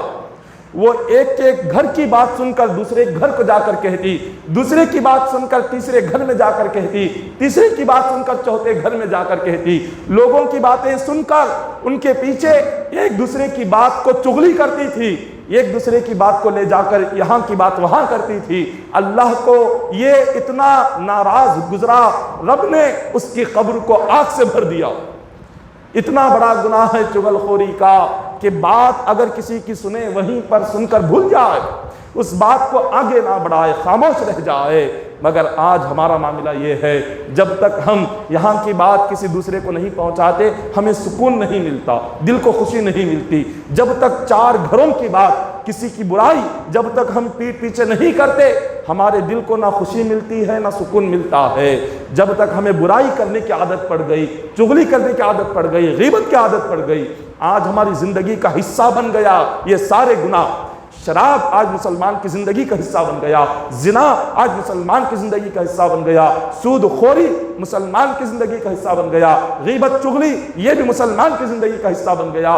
ارے نماز کو زندگی کا حصہ بناؤ، تہجد کو زندگی کا حصہ بناؤ، قرآن کی تلاوت کو اپنی زندگی کا حصہ بناؤ، اور اللہ کی بارگاہ میں ذکر کرنے کو زندگی کا حصہ بناؤ۔ عبادتوں کو زندگی کا حصہ بنانے کی بجائے ہم نے اللہ کی نافرمانی کو زندگی کا حصہ بنا لیا۔ آج یہ حال ہے۔ پھر حضور علیہ الصلوۃ والسلام فرماتے ہیں یہ تو اتنے نافرمان ہے، یہ چار قسم کے تو ہو گئے، حضور نے فرمایا پانچواں بندہ ایسا ہے آج کی رات اللہ اس کا گناہ معاف نہیں کرتا۔ صحابہ نے پوچھا حضور وہ پانچواں بندہ کون ہے؟ حضور نے فرمایا ایسا بندہ جو دنیا میں رشتہ داری کو توڑتا ہے، اپنے رشتوں کو توڑتا ہے، بھائی بھائی سے بات نہیں کرتا، بہن بھائی سے بات نہیں کرتی، ماں باپ اولاد سے بات نہیں کرتے، اولاد ماں باپ سے بات نہیں کرتی۔ آج کتنے خاندان ہیں مسلمانوں کے جو ایک دوسرے سے بچھڑے ہوئے ہیں، سالہ سال گزر گئے، ایک بھائی دوسرے بھائی کو دیکھ کر اپنا چہرہ پھیر لیتا ہے، سلام نہیں کرتا، اس کے گھر میں نہیں جاتا۔ اپنے ماں باپ سے، جن ماں باپ نے پیدا کیا ہے، سالوں سال ماں باپ کا چہرہ نہیں دیکھتے، ماں باپ سے بات نہیں کرتے، ماں باپ کے گھر نہیں جاتے، ان سے ملاقات نہیں کرتے۔ وہ کیسی اولاد ہے، کیسی اولاد ہے کہ جس کو اللہ نے جن کے ذریعے سے دنیا میں پیدا فرمایا، جن والدین کے ذریعے سے دنیا میں آئے، ان کا چہرہ دیکھنا نہیں چاہتے۔ کیسی اولاد ہے، کتنی بد نصیب اولاد ہے جو اپنے ماں باپ کو گھر میں رکھ کر انہیں تکلیف پہنچاتی ہے، ماں باپ کو گھر میں رکھ کر انہیں رلاتے ہیں، ماں باپ کو گھر میں رکھ کر انہیں مارتے ہیں، پیٹتے ہیں، ذلیل کرتے ہیں، 100 روپے کے لیے ماں باپ کو تڑپاتے ہیں، ان کی دوائی لا کر دینے کے لیے اولاد انہیں تڑپاتی ہے، ان کے علاج کے لیے تڑپاتی ہے۔ 10 بھائی ہو، ایک دوسرے پر ڈال دیتا ہے کہ دوائی کی ذمہ داری تمہاری ہے، ڈاکٹر کی ذمہ داری تمہاری ہے، کھلانے کی ذمہ داری تمہاری ہے، خرچ کی ذمہ داری تمہاری ہے۔ ارے 10 اولادیں مل کر ایک ماں باپ کو پال نہیں سکتے۔ ایک ماں باپ ساری زندگی 10 اولاد کو پالتے ہیں، اپنی بھوک لٹا دیتے ہیں اولاد پر، اپنا کھانا پینا لٹا دیتے ہیں، اپنی ساری جوانی ماں باپ اولاد کے لیے قربان کر دیتے ہیں، نہ اچھا کھاتے ہیں، نہ اچھا پہنتے ہیں، نہ اچھا سوتے ہیں۔ کیوں؟ اولاد کی فکر میں، اولاد کی فکر میں ساری زندگی لٹاتے ہیں۔ مگر وہی اولاد جب جوان ہوتی ہے، وہی اولاد جب کمانے کے قابل ہوتی ہے، اپنے والدین کی مدد کرنے کی بجائے، والدین کی خدمت کرنے کی بجائے، انہیں کچھ دینے کی بجائے، وہ اولاد انہیں تانا دیتی ہے، انہیں ذلیل کرتی ہے، اور ایسی باتیں کرتی ہے کہ جس سے ان کے دل ٹوٹ جاتے ہیں۔ ایسی نافرمان اولاد کی آج کی رات اللہ ان کی مغفرت نہیں فرماتا، ان کی بخشش نہیں فرماتا، انہیں گناہوں سے پاک و صاف نہیں کرتا۔ ماں باپ ایک اللہ کی نعمت ہے، بہت بڑی نعمت ہے۔ یہ ایسی نعمت ہے کہ اس نعمت کی قدر تب معلوم ہوگی جب ماں باپ دنیا سے رخصت ہو جائیں گے۔ قبر میں جانے کے بعد ماں باپ کی کیا قدر کرو گے، کتنا رو گے، کیا فائدہ ہوگا؟ جب تک زندہ تھے انہیں رلایا، جب تک زندہ تھے انہیں خوشی نہیں دی، جب تک دن زندہ تھے ان کے پیروں کو ہاتھ نہیں لگایا، جب تک زندہ تھے ان کے پیروں کو چوما نہیں، جب تک زندہ تھے ان کے سامنے اپنی آنکھوں کو جھکایا نہیں۔ موت کے بعد کیا رو گے؟ موت کے بعد ان پر کیا آپ پڑھو گے؟ کیا ان کی روح کو ثواب پہنچاؤ گے؟ زندگی میں آج کوئی ماں باپ کو نہیں دیکھ رہا، موت کے بعد ان کی روح پر کیا پڑھ کر ثواب پہنچائے گی؟ سال میں 1-2 مرتبہ بس قبر پر جا کر آ گئے، عید الاضحیٰ، عید الفطر، شب برات۔ سال میں 3 مرتبہ ماں باپ کی قبر پر جو پھول ڈالا، اب پھر آئندہ سال ہی ماں باپ کی قبر پر جاتے ہیں۔ آج ایسا حال ہو چکا ہے۔ ماں باپ سب سے بہترین اللہ کی نعمت ہے۔ کسی پیر کی دعا، کسی ولی کی دعا میں وہ تاثیر نہیں جو ماں کی دعا میں ہے۔ کسی پیر کی دعا میں تاثیر نہیں۔ آپ یہاں سے جا رہے ہو، اجمیر شریف جا رہے ہو، بہت اچھی بات ہے، وہاں پر جا کر آپ دعا مانگ رہے ہو، ارے ہمارا ولی تو گھر میں ہے، ہمارا پیر تو گھر میں ہے، ہمارا مرشد تو گھر میں ہے، ہمارے ماں باپ سب سے بہترین پیر ہے، ہمارے والدین ہمارے مرشد ہے، ہمارا ولی تو ہمارے گھر میں ہے۔ پہلے اس ولی کے قدموں کو پکڑو، ماں باپ کے قدم پکڑ کر دعا مانگو، پھر دیکھو اللہ کیسے قبول کرتا ہے۔ ان کے قدموں میں گر کر دعا مانگو، یہ جنت ہے۔ حضور نے فرمایا کہ باب جنت کے دروازوں میں سے درمیانی دروازہ ہے، ماں کے قدموں میں جنت ہے، اس جنت کو پکڑ کر دعا مانگو، رب تبارک و تعالیٰ یقیناً عطا فرمائے گا، کبھی رد نہیں فرمائے گا۔ ایک شخص تھا جس کی زندگی میں بہت سارے گناہ تھے، نافرمانی کرتا تھا، گناہ کرتا تھا، بہت زیادہ گناہ کرتا تھا، لیکن اس کے باوجود وہ کہتا ہے میں جب بھی دعا کرتا ہوں اللہ میری دعا قبول کر لیتا ہوں۔ لوگوں نے پوچھا تیری عبادتوں میں اتنی زیادتی نہیں، اتنا زیادہ عبادت کرتا نہیں، اتنا زیادہ روزے رکھتا نہیں، بس 5 وقتہ نماز پڑھ لیتا ہے، بہت زیادہ نیکیاں تو تیری نہیں ہے، لیکن جب بھی دعا تم مانگتے ہو تمہاری دعا قبول کیسے ہوتی ہے؟ یہ راز کیا ہے؟ ہمیں بھی تو وہ راز بتاؤ، ہمیں بھی تو وہ ذکر بتاؤ، ہمیں بھی تو وظیفہ بتاؤ کہ جس کو جب تم پڑھ کر دعا مانگتے ہو تو دعا قبول ہوتی ہے۔ اس شخص نے کہا میں یقیناً میری عبادتیں زیادہ نہیں، یقیناً میں گناہگار ہوں، مانتا ہوں، لیکن جو میں دعا کرتا ہوں نہ کوئی ذکر کر کے نہ کوئی وظیفہ پڑھ کے، میری دعا کے قبول ہونے کا کوئی ذکر وظیفہ نہیں ہے۔ پوچھا گیا تو پھر تمہاری دعا اتنی تیزی سے قبول کیسے ہوتی ہے؟ وہ کہتا ہے جب بھی رات ہوتی ہے میرے والدین لیٹے ہوئے ہوتے ہیں، میں چپکے سے جاتا ہوں، میرے والدین کے پیروں کو پکڑتا ہوں اور اللہ سے جو مانگتا ہوں اللہ عطا کر دیتا ہے۔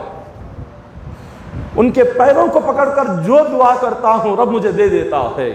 تو اللہ نے یہ تاثیر رکھی ہے والدین کی دعا میں، کسی مرشد اور کسی ولی کی دعا میں وہ تاثیر نہیں جو والدین کی دعا میں ہے۔ ہم نے اس کو چھوڑ دیا اور اس کو چھوڑ کر در بدر بھٹکتے رہیں گے، کہیں پر سکون نہیں ملے گا، کہیں پر اللہ راحت نہیں عطا فرمائے گا، کیونکہ حدیث پاک میں حضور نے فرمایا رضا الربی فی رضا الوالدی سخط الربی فی سخط الوالدی۔ حضور فرماتے ہیں اگر کوئی بندہ اللہ کو راضی کرنا چاہتا ہو، کسی کے دل میں اگر خواہش ہو کہ میں اللہ کو راضی کروں، میرا رب مجھ سے راضی ہو جائے، میرا رب مجھ سے خوش ہو جائے، تو حضور نے فرمایا بڑا آسان طریقہ ہے اللہ کو خوش کرنے کا، اللہ کو راضی کرنے کا بہت آسان طریقہ ہے۔ صحابہ نے پوچھا حضور وہ کیا ہے؟ تو فرماتے ہیں تم اب دنیا میں اپنے گھر میں ماں باپ کو خوش کرو، اللہ عرش پر خوش ہو جائے گا۔ زمین پر اگر تمہارے ماں باپ تم سے راضی ہیں، اللہ عرش الہی پر تم سے راضی ہو جائے گا۔ یہ مقام رب تبارک و تعالیٰ نے عطا فرمایا والدین کو، یہ درجہ اللہ نے عطا فرمایا، اور ہم سمجھتے ہیں والدین کی کچھ خدمت کر کے اور والدین کے ساتھ کچھ اچھا سلوک کرتے بعد اولاد سمجھتی ہیں کہ میں نے اپنا حق ادا کر دیا، اولاد ہونے کا حق ادا کر دیا، ماں باپ کو ہم نے عمرہ پر بھیج دیا میرا حق ادا ہو گیا، میں نے حج کو بھیج دیا میرا حق ادا ہو گیا، میں نے ان کا خرچ دے دیا میرا حق ادا ہو گیا۔ نہیں، ہرگز نہیں۔ ایک صحابی حضور کی بارگاہ میں آتے ہیں، عرض کرتے ہیں کہ یا رسول اللہ صلی اللہ علیہ وسلم میرے والد کا بچپن میں ہی انتقال ہو گیا اور میری والدہ کافی ضعیف ہے، میں نے جب سے ہوش سنبھالا اور اس وقت سے میں نے اپنی والدہ کی ایسی خدمت کی کہ میں نے ہوش سنبھالنے سے لے کر اپنی جوانی اپنی والدہ کی خدمت میں لگا دی۔ انہوں نے کہا کہ حضور میں نے کبھی اپنی والدہ کو تنہا نہیں چھوڑا، میری والدہ اتنی بوڑھی اتنی کمزور ہو گئی وہ بیٹھ نہیں سکتی تھی، کمر کی طاقت ختم ہو گئی، انہیں کھانے کے لیے ہاتھ اٹھانے کی طاقت نہیں ہوتی، 3 وقت میں اپنے سارے کام چھوڑتا، اپنے ہاتھوں سے آ کر انہیں کھلاتا، وہ طہارت یا بیت الخلاء کرتے میں اپنے ہاتھوں سے انہیں اٹھا کر صاف کرتا۔ ایک مرتبہ جنگ کو جانے کا موقع آیا، ایک طرف اللہ کے دین کے لیے جہاد کرنا تھا، دوسری طرف ماں کی خدمت تھی، اگر جہاد کو جاتے ہیں ماں کی خدمت چھوٹ جاتی ہے۔ وہ صحابی فرماتے ہیں نہ میں نے اپنی ماں کو تنہا چھوڑا نہ میں نے جہاد کو چھوڑا، اب جہاد کو جانے سے پہلے انہوں نے کیا کیا، اپنی والدہ کو پیٹھ پر باندھ لیا اور جہاد کے لیے نکلے، لڑ رہے تھے کفار و مشرکین سے، تلوار نکالی، سامنے سے کافر تلوار سے وار کر رہے ہیں۔ وہ صحابی فرماتے ہیں میری والدہ بھوکی تھی، درمیان جنگ میں میدان جنگ میں کہا کہ بیٹا مجھے کھانا کھلا، وہ فرماتے ہیں ایک ہاتھ سے کافروں سے لڑتا رہا، دوسرے ہاتھ سے ماں کو کھانا کھلاتا رہا، دوسرے ہاتھ سے ماں کو کھلا رہا تھا، کافروں سے لڑ رہا تھا۔ پھر جنگ مکمل ہو گئی، اس کے بعد والدہ کو لے کر میں حج پہنچا اور اپنے کاندھے پر بٹھا کر میں نے اپنی والدہ کو کعبے کا طواف کرایا، صفا مروہ کی سعی کروائی، تمام حج کے ارکان ادا کر دیے۔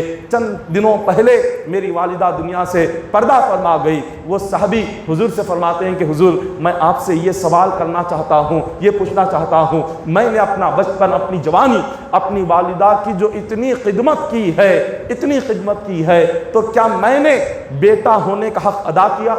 کیا میں نے اپنی ماں کا جو مجھ پر حق ہے، کیا میں نے وہ حق ادا کیا؟ کیا میں نے اپنی ماں کا جو دودھ کا قرض ہے، کیا وہ دودھ کا قرض میں نے ادا کیا؟ حضور علیہ الصلوۃ والسلام نے یہ سن کر مسکرائے۔ حضور مسکرا کر فرماتے ہیں یقیناً تم نے اپنی والدہ کی جو خدمت کی ہے وہ قابل تعریف ہے، بڑی خدمت تم نے کی ہے، لیکن جہاں تک بات ہے اپنی والدہ کے دودھ کا قرض اتارنے کی، حضور نے فرمایا تمہاری والدہ نے تمہاری پیدائش کے وقت میں جو ایک چیخ لی تھی، تم نے اس ایک چیخ کا حق بھی ادا نہیں کیا۔ وہ ایک چیخ جو تمہاری والدہ نے تمہاری پیدائش کے وقت میں درد سے جو لی تھی، وہ ایک چیخ کا جب تم نے حق ادا نہیں کیا تو ماں کی ساری زندگی کا حق کیا ادا کر سکو گے؟ یہ مقام ہے والدین کا۔ اپنے والدین کے مقام کو سمجھیے، اپنے والدین کے درجوں کو سمجھیے کہ اللہ نے انہیں کیا درجہ عطا فرمایا ہے۔ اللہ نے قرآن پاک میں وَقَضَىٰ رَبُّكَ أَلَّا تَعْبُدُوا إِلَّا إِيَّاهُ وَبِالْوَالِدَيْنِ إِحْسَانًا، اللہ نے قرآن پاک میں سورہ بنی اسرائیل میں فرمایا اے بندو، تم سب سے پہلے تمہارے رب نے فیصلہ کیا کہ تم اپنے رب کی عبادت کرو، تمہارے رب کا فیصلہ ہو گیا۔ فیصلہ کیا ہوا؟ اللہ نے فرمایا سب سے پہلے میری عبادت کرو۔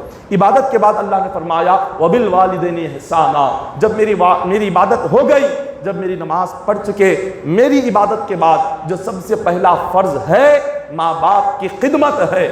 وَبِالْوَالِدَيْنِ إِحْسَانًا، اللہ نے اپنی عبادت کے بعد والدین کی خدمت کا ذکر فرمایا۔ تو اس سے اہمیت کیا ہے؟ وہ اہمیت معلوم ہوتی ہے ماں باپ کی کہ اللہ نے کیا درجہ اور رتبہ عطا فرمایا، اور جس اولاد کو ماں باپ کی بد دعا لگ گئی وہ اولاد نہ دنیا میں کامیاب ہوگی نہ قیامت کے دن کامیاب ہوگی۔ وہ کامیاب ہو ہی نہیں سکتی کہ جس ماں باپ کے دل سے اولاد کو کوئی بد دعا نکل جائے۔ جس اولاد کو ماں باپ اپنے دکھی دل سے کوئی بات کہہ دے تو سمجھ جاؤ یہاں سے اس اولاد کی بربادی شروع ہو گئی ہے۔ وہ اللہ تعالیٰ ان کی کامیابی کے راستے ختم کر دیتا ہے، اللہ تعالیٰ ان کے لیے ہر قسم کا ذریعہ ختم کر دیتا ہے، سارے ذریعے بند ہو جاتے ہیں، سارے دروازے بند ہو جاتے ہیں، سارے راستے بند ہو جاتے ہیں اگر ماں باپ کے دل سے اولاد کو کوئی بد دعا نکل جائے۔ کیونکہ حدیث پاک میں آتا ہے جتنی تیزی سے اللہ ماں باپ کی دعا کو اولاد کے حق میں قبول کرتا ہے، اتنی ہی تیزی سے ماں باپ کی بد دعا کو بھی اللہ اولاد کے حق میں قبول فرماتا ہے، اتنی تیزی سے بھی بد دعا قبول ہوتی ہے۔ تو حضور نے فرمایا آج کی جو رات ہے، اس رات اللہ تبارک و تعالی والدین کی نافرمان اولاد کے گناہ کو معاف نہیں کرتا۔ اگر اس نافرمان اولاد نے توبہ کر کے ماں باپ سے معافی مانگ لی تو اللہ بھی معاف فرما دے گا۔ اب اس کے بعد جو چھٹا گناہگار ہے، حضور نے فرمایا چھٹا گناہگار وہ ہے کہ جس نے اپنی زندگی میں کھلے طور پر سب کے سامنے بغیر ڈرے جو گناہ کرتا ہو، جس کو نہ اللہ کا ڈر نہ مخلوق کا ڈر، جو علل اعلان کھل کر گناہ کرے، یہ بھی بہت بڑا گناہگار ہے، بہت ہی سخت ترین گناہگار ہے۔ کھل کر گناہ کرنا اللہ کو ہرگز پسند نہیں، اللہ آج کی رات اس کی مغفرت نہیں فرماتا۔ حضور علیہ الصلوۃ والسلام سے یہ ساری باتیں کر کر حضرت جبرائیل امین فرماتے ہیں یا رسول اللہ صلی اللہ علیہ وسلم آج کی رات آپ اللہ کی بارگاہ میں سجدے میں جا کر دعا کریں۔ حضور سجدے میں جا کر عرض کرتے ہیں اللہم انی اعوذ بکا من عقابک و سخطک ولا احصی ثناء علیک۔ حضور سجدے میں جا کر عرض کرتے ہیں کہ مولا آج تیرے عذاب سے، تیری ناراضگی سے میں پناہ مانگتا ہوں، مجھے پناہ دے، تیرے عذاب سے پناہ دے، تیری ناراضگی سے پناہ دے۔ پھر حضور سجدے میں عرض کرتے ہیں کہ مولا تیری جیسے تعریف کرنا ہے تیری تعریف ویسے میں نے نہیں کی ہے، میں نے جتنی تعریف کی ہے تم مجھ سے راضی ہو جاؤ۔ یہ شب برات کی رات حضور علیہ الصلوۃ والسلام سجدے میں جا کر اللہ سے یہ دعا مانگ رہے ہیں۔ آج کی رات جس بندے نے سچے دل سے عبادت کر لی، اللہ اسے قبر کے عذاب سے نجات عطا فرماتا ہے۔ قبر کا عذاب آج کی رات عبادت کرنے والے کو نہیں ہوتا، اس مہینے میں روزہ رکھنے والے کو نہیں ہوتا۔ محمد بن عبداللہ الزاہدی ایک روایت نقل کرتے ہیں کہ حضرت محمد بن عبداللہ الزاہدی کا ایک دوست تھا جس کا نام ابو حفص الکبیر، اس شخص کا انتقال ہو گیا۔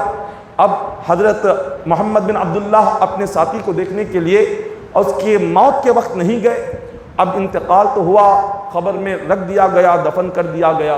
انہیں بہت افسوس ہوا کہ اپنے دوست کے انتقال پر یہ حاضر نہیں ہوئے۔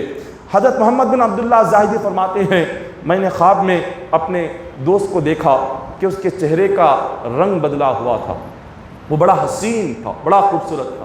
خواب میں کہا کہ اللہ نے تجھے بے انتہا حسن عطا کیا تھا، تم تو بڑے حسین تھے، بڑے خوبصورت تھے، تمہارے چہرے کا رنگ بدلا کیسے؟ دوست نے کہا کہ اے میرے ساتھی، دراصل بات یہ ہے جب مجھے قبر میں رکھ کر سارے لوگ چلے گئے، ایک فرشتہ آیا، اس نے میرا نامہ اعمال میرے سامنے رکھا اور میرے سارے نامہ اعمال کو پڑھنے لگا۔ میں نے اپنی جوانی سے لے کر بڑھاپے تک جو جو کیا، اس نے سارے نامہ اعمال کو پڑھا، پڑھ کر کہا دیکھ تیرے گناہ کتنے ہیں۔ ایک ایک گناہ اس نے گنایا، ایک ایک گناہ کہتا گیا، گناتا گیا۔ جب اس کے گناہ ختم ہو گئے تو اس فرشتے نے کہا اے بندے، تیرا نامہ اعمال تو گناہوں سے بھرا ہوا ہے، یہ کیا لے کر تو یہاں پر آیا ہے؟ اس فرشتے کے ہاتھ میں کوڑا تھا، اس نے ایک کوڑا اس حضرت یہ ابو حفص الکبیر کے جسم پر مارا، وہ ایک مارنا تھا۔ ابو حفص کہتا ہے میرے چہرے کا رنگ بدل گیا، میری قبر آگ سے بھر گئی، میں چیخنے چلانے لگ گیا، میں بے انتہا چیخ رہا تھا، چلا رہا تھا، میرے جسم کی ہڈیاں ٹوٹ گئی، میرے چہرے کی رنگت ختم ہو گئی۔ کیوں؟ فرشتے نے قبر میں ایک ایک گناہ گنایا اور اس گناہ کے بدلے میں اس کو ایک کوڑا مارا، صرف ایک کوڑا، ایک کوڑے کا یہ حال ہوا۔ پھر اس کے بعد کیا ہوتا ہے؟ وہ کیا کہتے ہیں؟ وہ کہتے ہیں کہ پھر قبر نے ابو حفص سے بات کی، قبر نے کہا اے ابو حفص، جب تو میرے اوپر گناہ کرتا تھا مجھے تکلیف ہوتی تھی، جب تو میرے اوپر چلتا تھا مجھے تکلیف ہوتی تھی، جب میری پیٹھ کے اوپر تو اللہ کی نافرمانی کرتا تھا مجھے تکلیف ہوتی تھی، میں انتظار کرتی تھی کب تو میرے اندر آئے گا، جیسے تو نے گناہ کر کے میرے پیٹھ کے اوپر مجھے تکلیف پہنچائی، اسی طرح آج میں تجھے تکلیف پہنچاؤں۔ یہ ہر بندے کے ساتھ ہوگا، ہر بندے کے ساتھ ہوگا جس نے زمین پر اللہ کی نافرمانی کی ہو، جس نے زمین پر گناہ کیا ہو۔ جب قبر میں اتارا جائے گا، خبر بات کرے گی، خبر کہے گی اے اللہ کے بندے، تیرے گناہ سے مجھے تکلیف ہوتی تھی، آج تو میرے اندر آیا ہے، میں تجھے تکلیف دوں گی۔ وہ تکلیف کیا ہوگی؟ ابو حفص نے کہا وہ تکلیف یہ کہ خبر نے اتنے سخت ترین طریقے سے دبایا، جسم کی ساری ہڈیاں ٹوٹ گئی، سارے جوڑ ٹوٹ گئے، وہ چیخنے لگا، چلانے لگا، مگر خبر نے رحم نہیں کیا۔ خبر دباتی گئی، اس کے جسم کے جوڑوں کو توڑتی گئی، اس کی ہڈیوں کو توڑتی گئی، وہ چیختا رہا، چلاتا رہا۔ وہ کہتا ہے میرے اوپر ہر دن یہی عذاب ہوتا تھا، ہر دن یہی عذاب ہوتا، خبر دباتی جاتی، یہ چیختا جاتا۔ لیکن چند مہینے گزرے انتقال کے بعد، شعبان کی پہلی تاریخ آئی، عذاب کے فرشتے آ گئے اور اس کو کوڑا مارنا چاہتے تھے۔ اچانک سے اللہ کی بارگاہ سے آواز آتی ہے اے فرشتوں، اس بندے کو عذاب نہ دینا، اس بندے کی قبر کو آگ سے نہ بھرنا، آج سے اس کو عذاب سے نجات دے دو۔ وہ کہتا ہے میں نے پوچھا اے باری تعالیٰ، میں نے ایسا کیا کیا؟ میرے نامہ اعمال تو سارا کا سارا گناہوں سے بھرا ہے، تیری نافرمانی سے بھرا ہے، تیرا حکم ہے کہ مجھے عذاب سے نجات مل جائے، میں نے ایسا کیا کیا؟ اللہ تبارک و تعالیٰ نے فرمایا اے بندے یاد کر، تو نے ماہ شعبان میں جب 15ویں تاریخ کو شب برات آتی تھی، ساری رات میری عبادت کرتا تھا اور دن میں روزہ رکھتا تھا، بس اس ایک رات کی عبادت کے صدقے میں تجھے قبر کے عذاب سے نجات عطا کرتا ہوں۔ اس ایک رات کی عبادت اور ایک دن کا روزہ، اللہ نے اس کو عذاب قبر سے نجات عطا فرمایا۔ یہ آج کی رات کی عبادت اتنی اہم عبادت ہے کہ قبر میں عذاب الہی سے ہمیں نجات دلاتی ہے۔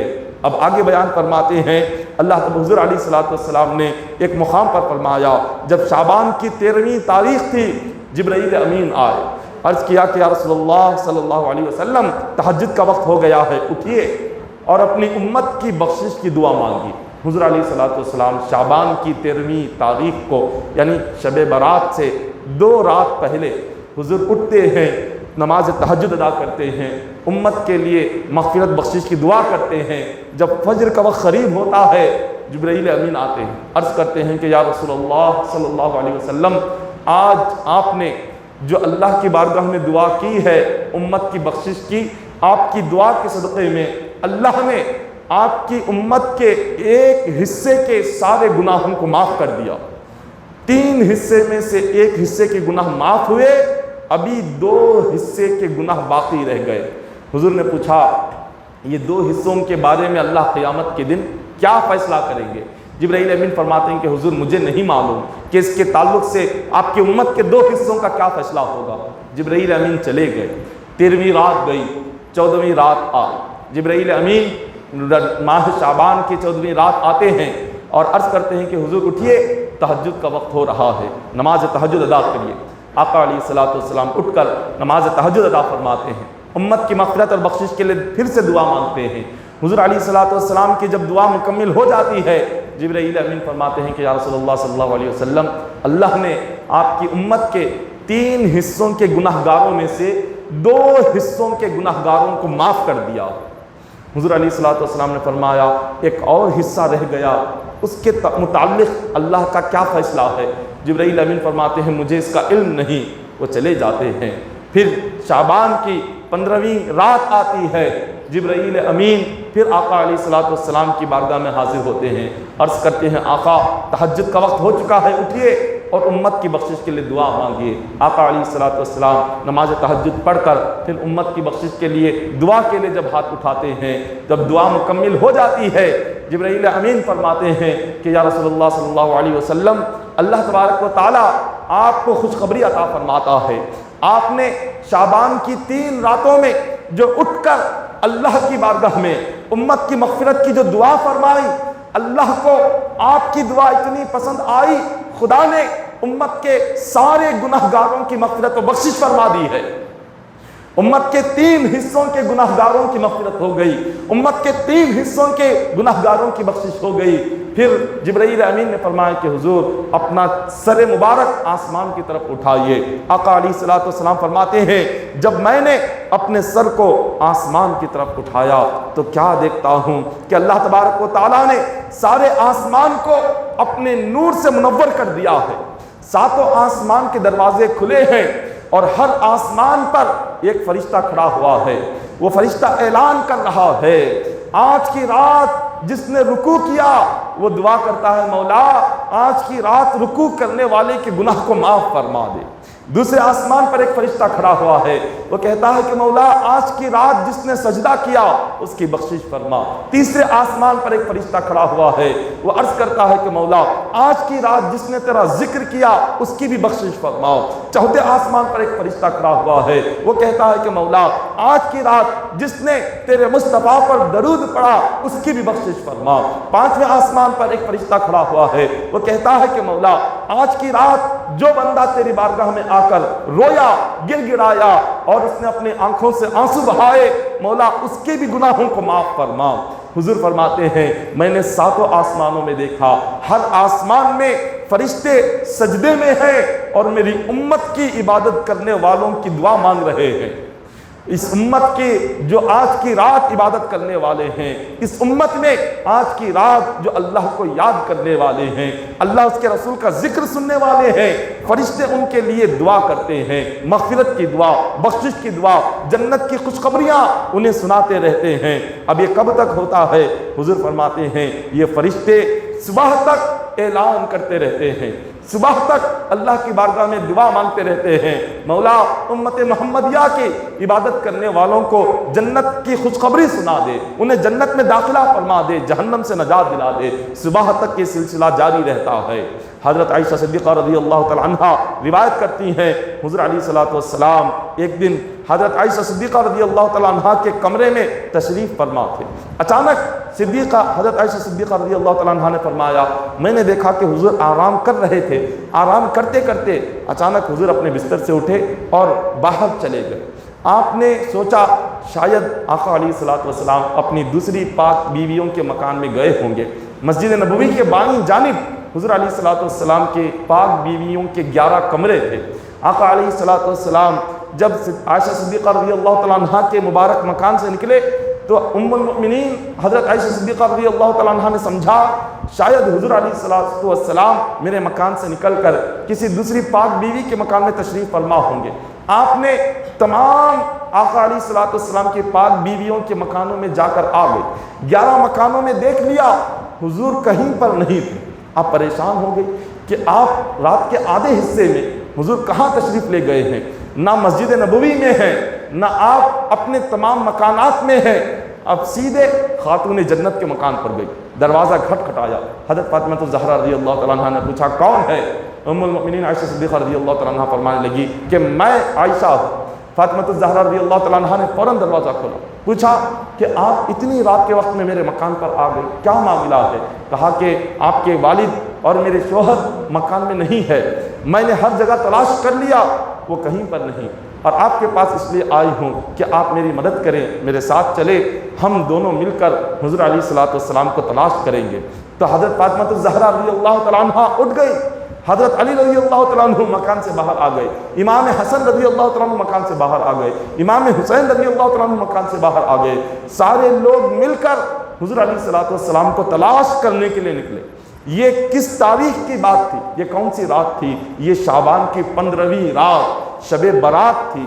حضور علیہ الصلوۃ والسلام کو تلاش کر رہے ہیں، حضرت فاطمہ الزہرا تلاش کر رہی ہے، حضرت عائشہ صدیقہ رضی اللہ تعالیٰ عنہ تلاش کر رہی ہے، یہاں حضرت امام حسن امام حسین تلاش کر رہے ہیں، ہر جگہ تلاش کر لیا۔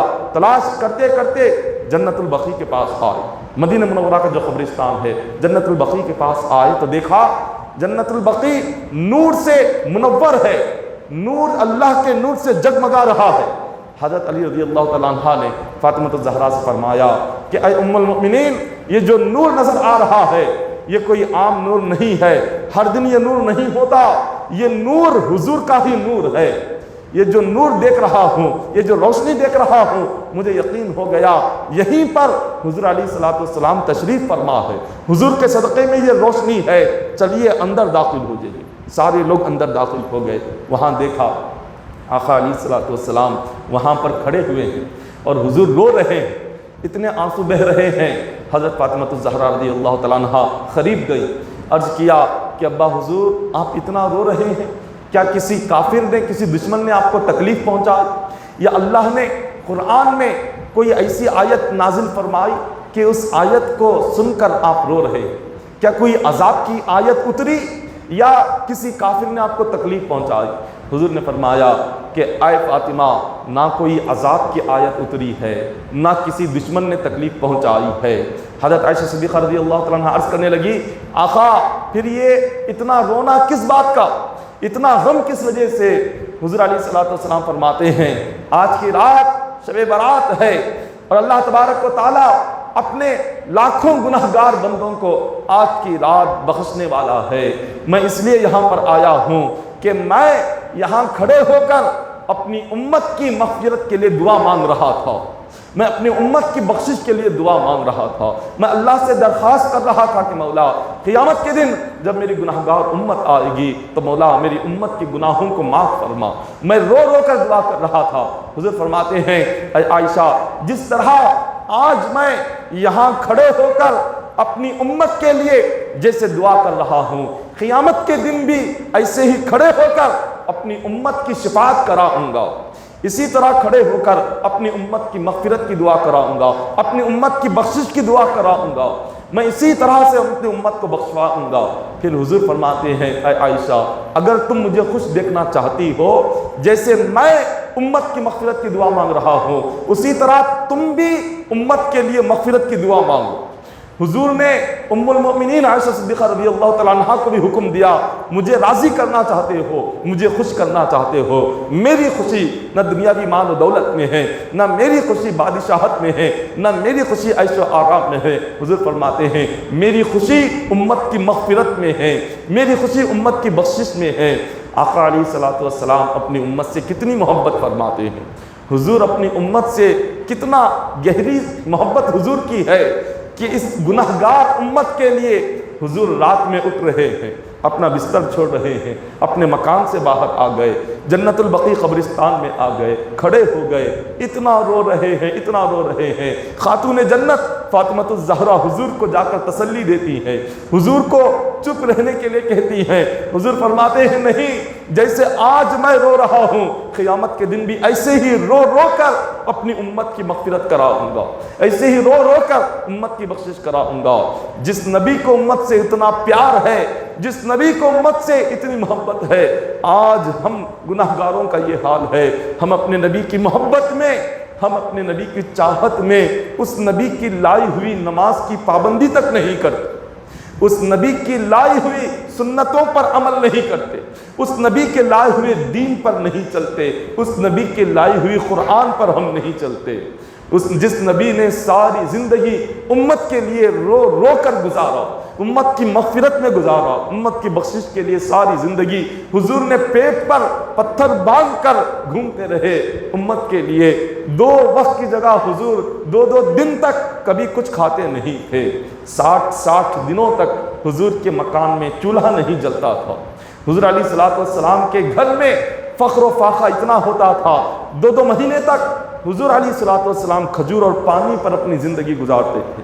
ایسی فخر والی زندگی، ایسی تندرستی والی زندگی حضور نے اتنی تکلیفیں اٹھائی، کس کے لیے اٹھائی؟ یہ ساری تکلیفیں امت کے لیے اٹھائی، یہ ساری تکلیفیں ہم گناہگاروں کی بخشش کے لیے اٹھائی، یہ ساری تکلیفیں حضور نے ہم گناہگاروں کو دین پر چلانے کے لیے اٹھائی، اور ہم اسی نبی کے دین سے بھاگ رہے ہیں، اسی نبی کی سنتوں سے بھاگ رہے ہیں، اسی نبی کی عبادت سے بھاگ رہے ہیں، اسی نبی کے قرآن سے بھاگ رہے ہیں۔ نبی سے دلی محبت آج ہمارے دل سے نہیں ہے، محبت زبان سے ہے مگر دل سے حضور سے محبت نہیں ہے۔ اگر دل سے محبت ہوتی آقا علیہ السلام کی ہر سنت پر عمل کرتے، اگر دل سے محبت ہوتی مسجد کو آباد کرتے، دل سے محبت ہوتی نماز کی پابندی کرتے۔ ہمارے دلوں سے محبت رسول جا رہی ہے۔ حضور کیا فرماتے ہیں؟ اے عائشہ، اگر مجھے خوش کرنا چاہتی ہو میری امت کی مغفرت کے لیے، تم بھی ویسے ہی دعا کرو جیسے میں دعا کر رہا ہوں۔ حضرت علی سے فرماتے ہیں کہ علی، اگر مجھے خوش دیکھنا چاہتے ہو میری امت کے لیے، تم بھی مغفرت کی دعا مانگو۔ فاطمہ الزہرا سے فرماتے ہیں اے فاطمہ، اگر مجھے راضی کرنا چاہتی ہو امت کے لیے تم بھی دعا مانگو۔ امام حسن سے فرماتے ہیں کہ اگر تم مجھے خوش کرنا چاہتے ہو میری امت کی مغفرت کے لیے دعا مانگو۔ حضور نے سب کو امت کی بخشش کی دعا مانگنے کے لیے لگا دیا، سب نے حضور کی امت کی بخشش کی دعا مانگی ہے۔ یہ وہ شب برات ہے۔ یا آقا علیہ السلام نے آگے فرمایا، اللہ نے قرآن پاک میں اسی آیت میں فرمایا فیہا یفرح کل امر حکیم۔ رب تبارک و تعالیٰ نے فرمایا یہ جو رات ہے، ہر اہم کام، ہر اہم فیصلہ اللہ تعالیٰ اسی رات میں کرتا۔ وہ اہم کام کیا ہے؟ جو آج کی رات جن کاموں کا فیصلہ ہوتا ہے، سب سے پہلے زندگی اور موت۔ اس سال سے لے کر آئندہ شب برات تک کتنے لوگ دنیا میں پیدا ہونے والے ہیں، ان کے نام لکھ کر فرشتوں کو دے دیے جاتے ہیں۔ کتنے لوگ آئندہ شب برات تک مرنے والے ہیں، ان کے نام لکھ کر فرشتوں کو دے دیے جاتے ہیں۔ کس کو کتنا رزق دینا ہے، آج کی رات اللہ فیصلہ کر کے فرشتوں کو ذمہ داری عطا کر دیتے ہیں۔ کہاں پر بارش نازل کرنا ہے، اللہ تعالیٰ آج کی رات وہ بھی فیصلہ کر دیتے ہیں۔ کہاں پر زلزلے آنے ہیں، آج کی رات اس کا بھی فیصلہ ہوتا ہے۔ کہاں اللہ کی رحمت اترنی ہے، آج کی رات پر فیصلہ ہوتا ہے۔ کہاں اللہ کا عذاب اترنا ہے، آج ہی کی رات فیصلہ ہوتا ہے۔ کس کو اولاد دینا ہے، آج کی رات فیصلہ ہوتا ہے۔ کس کو اولاد سے محروم رکھنا ہے، آج کی رات فیصلہ ہوتا ہے۔ کس کو اللہ کی نعمت دینی ہے، آج ہی اللہ فیصلہ کرتے ہیں۔ کس کو نعمت سے محروم رکھنا ہے، آج ہی کی رات اس کا فیصلہ ہوتا ہے۔ 1 سال تک جو بھی معاملات ہیں، اللہ تعالیٰ آج کی رات وہ سارے معاملات کا فیصلہ کر کے فرشتوں کو اس کی ذمہ داری عطا فرما دیتے ہیں۔ پتہ نہیں آج ہم میں سے جو یہاں بیٹھے ہوں، کن کن کے نام آج مردوں میں لکھے جا رہے ہیں، کن کن لوگوں کے نام بیماروں میں لکھے جا رہے ہیں، کن کن لوگوں کے نام زندوں میں لکھے جا رہے ہیں۔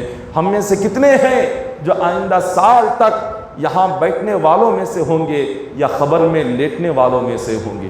ہم میں سے کتنے ہیں جو یہاں آج صحت مند ہیں تندرست ہے، آئندہ شب برات سے پہلے پتہ نہیں کون بستر پر بیمار پڑنے والا ہے۔ آج کی رات وہ سب کچھ فیصلہ ہونے والا ہے۔ تو حضور نے فرمایا اگر تمہیں دعا مانگنا ہے اللہ سے تو کیسے دعا مانگو؟ فرماتے ہیں دعا ایسے مانگو کہ مولا میرا نام گناہگاروں کی کتاب میں مت لکھنا، گناہگاروں کی فہرست میں میرا نام مت لکھنا، مولا میرا نام گناہگاروں کی فہرست سے نکال کر اپنے اولیاء کی کتاب میں میرا نام لکھ دینا، اپنے محبوب بندوں میں میرا نام لکھ دے، نافرمانوں سے ہٹا دے، گناہگاروں سے ہٹا دے۔ اور پھر بندہ اپنی روزی کی تنگی ہو عرض کرے کہ مولا آج کی رات میری روزی میں برکت کو لکھ دے، آج کی رات میری روزی میں کشادگی کو لکھ دے، میری صحت کو لکھ دے، مولا میری تندرستی کو لکھ دے، آفات سے اور بلیات سے میری حفاظت کو لکھ دے۔ اور پھر اللہ سے کہے کہ مولا تیرے لیے کیا ہے، تو جو تقدیر کو چاہتا ہے، تقدیر کو جب چاہے تو لکھ سکتا ہے، تو جب چاہے مٹا سکتا ہے۔ مولا میری تقدیر میں اگر کوئی ناپسندیدہ چیز ہے، میری تقدیر میں اگر کوئی غلط کی چیز لکھی ہوئی ہے، اپنے فضل و کرم سے مولا ان تمام چیزوں کو آج کی رات مٹا اور میرے لیے جو بہتر ہے وہ میری تقدیر میں لکھ دے۔ آج اللہ سے یہ دعا مانگنی ہے۔ تقدیر بدلنے والی آج کی رات ہے۔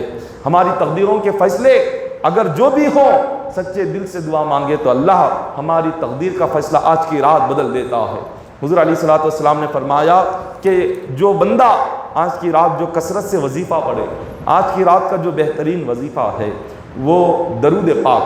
درود پاک آج کی رات اگر ذکر یا وظیفہ پڑھنا ہو تو بہترین وظیفہ اور بہترین ذکر جو ہوتا ہے وہ درود شریف ہے۔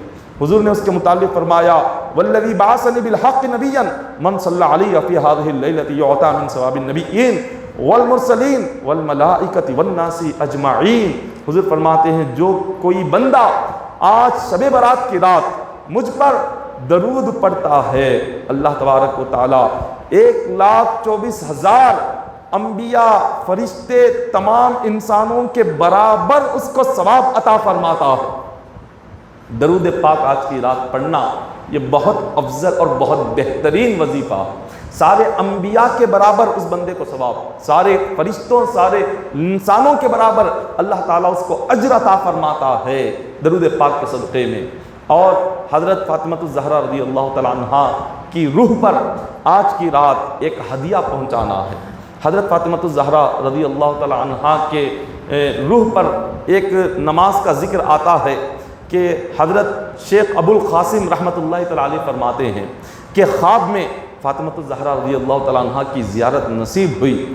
حضرت شیخ ابو القاسم نے آپ کی خدمت میں عرض کیا کہ خاتون جنت میں آپ کو کیا تحفہ پیش کروں، آپ کس تحفے کو پسند کرتے ہیں مجھے عرض کریں، میں آپ کی خدمت میں وہ تحفہ پیش کرتا ہوں۔ خاتون جنت فاطمہ الزہرا رضی اللہ تعالیٰ عنہ نے فرمایا کہ شب برات میں 8 رکعت نفل نماز اگر پڑھ کر اس کا ثواب میری روح کو پہنچاؤ گے تو یہ میرے لیے سب سے پسندیدہ تحفہ ہے۔ یہ سارے تحفوں میں میں جس تحفے کو سب سے زیادہ پسند کرتی ہوں وہ یہی ہے کہ تم شب برات کی رات 8 رکعت نفل نماز پڑھو اور اس کا ثواب میری روح کو پہنچاؤ۔ فاطمہ الزہرا رضی اللہ تعالیٰ عنہ فرماتی ہیں جو کوئی بندہ ایسا کرے گا تو آپ نے فرمایا میں اس سے وعدہ کرتی ہوں قیامت کے دن اللہ کی بارگاہ میں اس کی بخشش کرا کے اپنے ساتھ اس کو جنت میں لے کر جاؤں گی۔ وہ نماز کون سی ہے؟ فاطمہ الزہرا فرماتی ہیں آج شعبان کی نفل نماز کی نیت کرے، 8 رکعت نفل نماز پڑھتا ہوں واسطے اللہ کے میرا کعبۃ اللہ شریف کے، اس طرح نیت کر کے رکعت باندھتے۔ ہر رکعت میں آپ سورہ فاتحہ 1 مرتبہ اور سورہ اخلاص قل هو اللہ احد اس سورے کو 11 مرتبہ ہر رکعت میں یہی پڑھنا ہے۔ 8 رکعتوں میں بھی 8 رکعت ایک سلام سے ہی پڑھنا ہے، ایک سلام کی نیت کر لے، 8 رکعت آپ اپنے دل میں ارادہ کر کر آپ شروع کریں، 2 رکعت پر قاعدہ کرے، قاعدہ ہوتے ہی پھر کھڑے ہو جائے، سورہ فاتحہ پڑھے، 11 مرتبہ قل هو اللہ احد اس سورے کو پڑھے، اور جیسے ہی 8 رکعت ہو جائے سلام پھیر کر آپ دعا کریں کہ اے مالک و مولا، میں نے جو یہ نماز پڑھی ہے اس کا ثواب خاتون جنت فاطمہ الزہرا رضی اللہ تعالیٰ عنہا کی روح کو اس کا ثواب پہنچا دے۔ اگر آپ نے اس طرح نماز پڑھ کے اس کا ثواب پہنچا دیا تو خاتون جنت فرماتی ہیں میں اس بندے سے جنت کا وعدہ کرتی ہوں، وہ جنتی ہوگا، یہ وعدہ فرما رہی ہے۔ تو آج کی رات اس نفل نماز کو آپ ضرور پڑھا کریں۔ حضور علیہ الصلوۃ والسلام نے آج کی رات کے تعلق سے ایک مقام پر ارشاد فرمایا من صام یوما من شعبان، جو کوئی روزہ رکھے، یعنی آج کی رات سحری کر کے جو صبح کو روزہ رکھے، اللہ تبارک و تعالیٰ اس بندے کے لیے جنت کے سارے دروازے کھول دیتا ہے، جنت کے سارے دروازے اس بندے کے لیے کھول دیے جاتے ہیں، اور جہنم کے سارے دروازے اللہ اس بندے کے لیے بند کر دیتا ہے۔ جو آج کی رات یعنی رات میں عبادت کر کے صبح میں جو روزہ رکھتا ہے، پھر فرمایا من صام اول یوم من شعبان، جو شعبان کے پہلے دن کا جو بندہ روزہ رکھے اللہ تعالیٰ اس سے 1000 شہیدوں کا ثواب عطا فرماتے ہیں، اور 1000 سال کی عبادت کا ثواب بھی اس کے نامہ اعمال میں لکھ دیا جاتا ہے۔ جو صرف شعبان کا پہلا ایک روزہ رکھنے پر جب یہ اجر و ثواب ہے، تو شب برات میں عبادت کر کے اگر دن میں روزہ رکھے تو اس بندے کا کیا حال ہوگا۔ تو یہ جو صبح کا روزہ ہے کوئی عام روزہ نہیں ہے، جو صبح کا جو دن ہے کل کا، یہ دن بھی شب برات جیسی آج کی رات برکت والی ہے، کل کا دن بھی برکت والا ہے۔ کل مغرب تک کا جو دن ہے اس دن خود کو گناہوں سے بچائے، جیسے آج کی رات عبادت کر رہے ہیں، صبح سے لے کر مغرب تک بھی کچھ نہ کچھ ذکر کرے، کچھ وظیفہ پڑھے، قرآن پاک کی تلاوت کرے، لیکن اب خود کو گناہوں سے محفوظ رکھے۔ حضور علیہ الصلوۃ والسلام حضرت عائشہ صدیقہ رضی اللہ تعالیٰ عنہا فرماتی ہیں حضور علیہ الصلوۃ والسلام کی عادت کریمہ تھی کہ ایک مرتبہ شب برات میں آقا علیہ الصلوۃ والسلام نماز پڑھنے کے لیے کھڑے ہوئے۔ شب برات میں جب حضور نماز کے لیے کھڑے ہوئے، حضور نے اتنا طویل قیام کیا کہ آپ دیکھ کر حیران رہ گئی کہ اتنی دیر تک حضور کھڑے ہوئے۔ پھر قیام مکمل ہونے کے بعد حضور سجدے میں گئے، اتنی دیر تک حضور نے سجدہ کیا کہ حضرت عائشہ صدیقہ رضی اللہ تعالیٰ عنہا نے سمجھا شاید آقا علیہ الصلوۃ والسلام پردہ فرما گئے، اتنی دیر سجدہ کرنے لگے۔ تو حضرت عائشہ صدیقہ فرماتی ہیں میں نے اپنے انگلی سے حضور کے انگوٹھے کو چھونا چاہا، انگوٹھے کو میں نے ہلایا دیکھوں کہ آقا علیہ الصلوۃ والسلام سجدے میں ہی ہے یا حضور علیہ الصلوۃ والسلام پردہ فرما گئے۔ جب حضور کے انگوٹھے کو پیر کے انگوٹھے کو پکڑ کر ہلایا تو جب پتہ چلا کہ حضور سجدے میں رو رہے ہیں۔ حضرت عائشہ صدیقہ رضی اللہ تعالیٰ عنہ فرماتی ہیں کہ میں قریب گئی، میں نے سنا آقا علیہ الصلوۃ والسلام کی آنکھوں سے آنسو جاری ہے، اور کثرت سے حضور کے آنسو اتنے نکلے کہ آپ کا چہرہ مبارک آنسوؤں سے بھیگ گیا، سجدے کی جگہ آپ کے آنسوؤں سے بھیگ گئی، مصلی بھیگ گیا، اتنے آنسو حضور کے جاری ہوئے۔ آقا علیہ الصلوۃ والسلام جب سلام پھیر کر نماز سے فارغ ہوئے، حضرت عائشہ صدیقہ رضی اللہ تعالیٰ عنہا عرض کرتی ہیں کہ یا رسول اللہ صلی اللہ علیہ وسلم کیا بات ہے، آج کی رات آپ نے اتنی دیر تک قیام میں رہے، اتنی دیر سجدہ کیا، کیوں آپ نے اتنی دیر تک نماز پڑھی؟ تو حضرت حضور علیہ الصلوۃ والسلام فرمانے لگے کہ اے عائشہ، آج کی جو رات ہے یہ ایسی رات ہے اللہ تبارک و تعالیٰ اپنے سارے بندوں پر ایک نظر رحمت ڈالتے ہیں۔ خدا کی نظر رحمت آج کی رات جس بندے پر ہوتی ہے وہ بندہ گناہوں سے پاک و صاف ہو جاتا ہے۔ جس بندے پر اللہ کی آج کی رات نظر رحمت ہو گئی وہ گناہوں سے پاک ہو گیا اور وہ بندہ جہنم سے نجات پا گیا۔ پھر حضور نے فرمایا آج کی رات اللہ تبارک و تعالی ہر معافی مانگنے والے کو معاف کرے گا، ہر دعا کرنے والے کو معاف کرے گا، ہر رونے والے کو معاف کرے گا، مگر آج کی رات جس بندے کے دل میں کسی کے لیے بغض ہو، کینہ ہو، حسد ہو، مولا اسے معاف نہیں کرے گا۔ جس کا دل پاک نہ ہو، جس کے دل میں ایک دوسرے مومن کے لیے حسد چھپا رہے، جس کے دل میں ایک دوسرے مومن کے لیے بغض رہے، عداوت رہے، کینہ رہے، نفرت رہے، آج کی رات اللہ تعالیٰ دلوں میں بغض رکھنے والوں کو معاف نہیں کرتا، حسد رکھنے والوں کو معاف نہیں کرتا، اور کینہ رکھنے والوں کو معاف نہیں کرتا۔ دل جب تک صاف نہ ہو کوئی عبادت اللہ کی بارگاہ میں قبول نہیں ہوتی۔ دلوں کو صاف رکھے، دل کو صاف رکھے، کسی کے لیے نہ برا سوچے، نہ برا خیال کرے، نہ کسی کے لیے کسی نفرت کو اپنے دلوں میں رکھے۔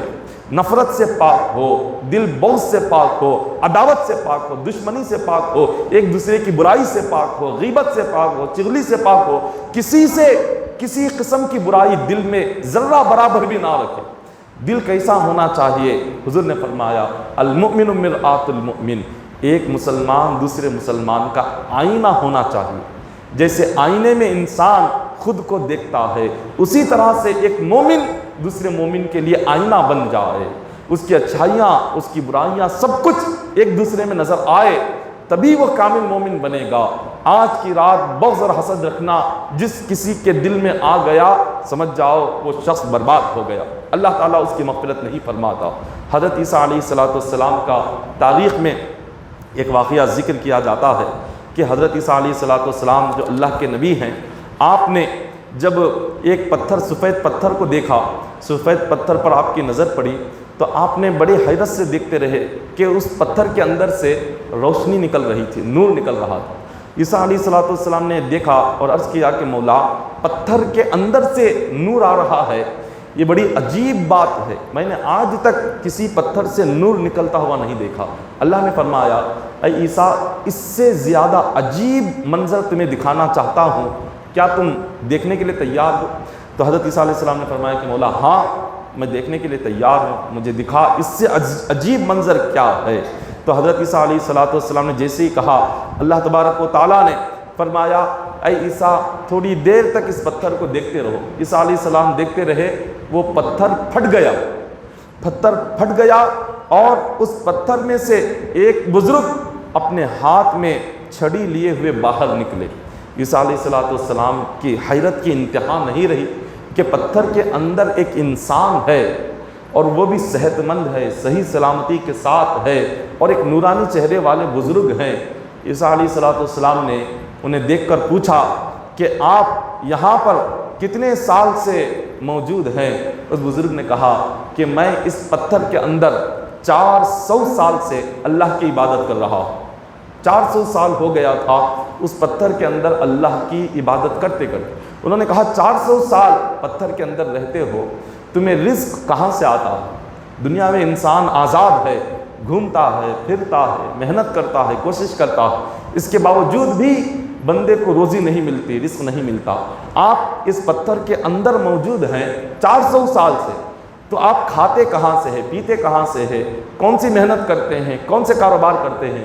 انہوں نے کہا یہ ساری دنیا والوں کے لیے ہے، یہ سارے کاروبار، تجارتیں، یہ ساری دنیاوی باتیں ہیں، لیکن 400 سال سے میں اس پتھر میں ہوں، اللہ نے ایک دن بھی نہ مجھے بھوکا رکھا نہ مجھے پیاسا رکھا، ایک وقت بھی رب نے بھوکا پیاسا نہیں رکھا۔ ان سے پوچھا وہ کیسے؟ وہ فرمانے لگے کہ اسی پتھر کے اندر اللہ نے ایک انگور کے درخت کو پیدا فرما دیا، جب بھی مجھے بھوک لگتی ہے میں اس درخت سے کچھ انگور توڑ کر کھا لیتا ہوں، اور اسی پتھر میں اللہ نے پانی کا ایک چشمہ جاری رکھا ہوا ہے، ایک وہ چشمہ اسی پتھر کے اندر چلتا ہے، جب بھی مجھے پانی کی پیاس لگتی ہے پانی کے چشمے سے پانی پیتا ہوں، انگور کی بیل سے انگور توڑتا ہوں۔ 400 سال سے ایسے ہی میں عبادت کر رہا ہوں، اللہ کا رزق کھا رہا ہوں۔ یہاں ایک بات قابل توجہ یہ ہے، جو رزق ہوتا ہے، رزق جو بندے کو ملتا ہے وہ بندے کی محنت سے نہیں، صرف بندے کی محنت نہیں ہوتی، محنت ایک ذریعہ ہے، محنت ایک راستہ ہے، لیکن رزق جو اصل بندے کو ملتا ہے وہ صرف اللہ کے فضل و کرم سے ملتا ہے۔ اللہ نے ہر کام کے لیے فرشتوں کو ذمہ داری عطا فرما، بارش نازل کرنے کی ذمہ داری میکائیل علیہ السلام کو دے دی، نبیوں کے پاس وحی لے جانے کی ذمہ داری جبرائیل علیہ السلام کو دے دی، سور پھونکنے کی ذمہ داری اسرافیل علیہ السلام کو دے دی، بندوں کی روح قبض کرنے کی ذمہ داری اسرائیل علیہ السلام کو دی، لیکن جو رزق دینا ہے، رزق کی ذمہ داری اللہ نے کسی فرشتے کو نہیں عطا کی، رزق کی ذمہ داری خود اللہ نے اپنے اوپر لے رکھی ہے، یہ اللہ نے یہ ذمہ داری خود اپنے اوپر لے رکھی ہے، کسی دوسرے کو عطا نہیں کی۔ ایک دن حضرت عیسیٰ علیہ السلام نے اللہ کی بارگاہ میں یہ دعا کی کہ اے مالک و مولا، مجھے ایک یہ رزق دینے کی ذمہ داری مجھے عطا فرما، میں تیرے بندوں کو رزق پہنچاؤں۔ اللہ تعالیٰ نے فرمایا یہ بڑا مشکل کام ہے، تم کر نہیں سکتے، یہ تمہاری طاقت سے باہر ہے۔ انہوں نے کہا کہ مولا نہیں، مجھے موقع دے کہ میں بندوں کو رزق دوں، یہ ذمہ داری، یہ کام میرے حوالے کر۔ اللہ تعالیٰ نے فرمایا کہ یہ تمہاری طاقت سے باہر ہے، لیکن اگر تم اتنا مجھ سے کہتے ہو تو چلو تمہیں یہ ذمہ داری بعد میں دوں گا، پہلے میں تمہیں یہ حکم دیتا ہوں، میرے حکم پر عمل کرو۔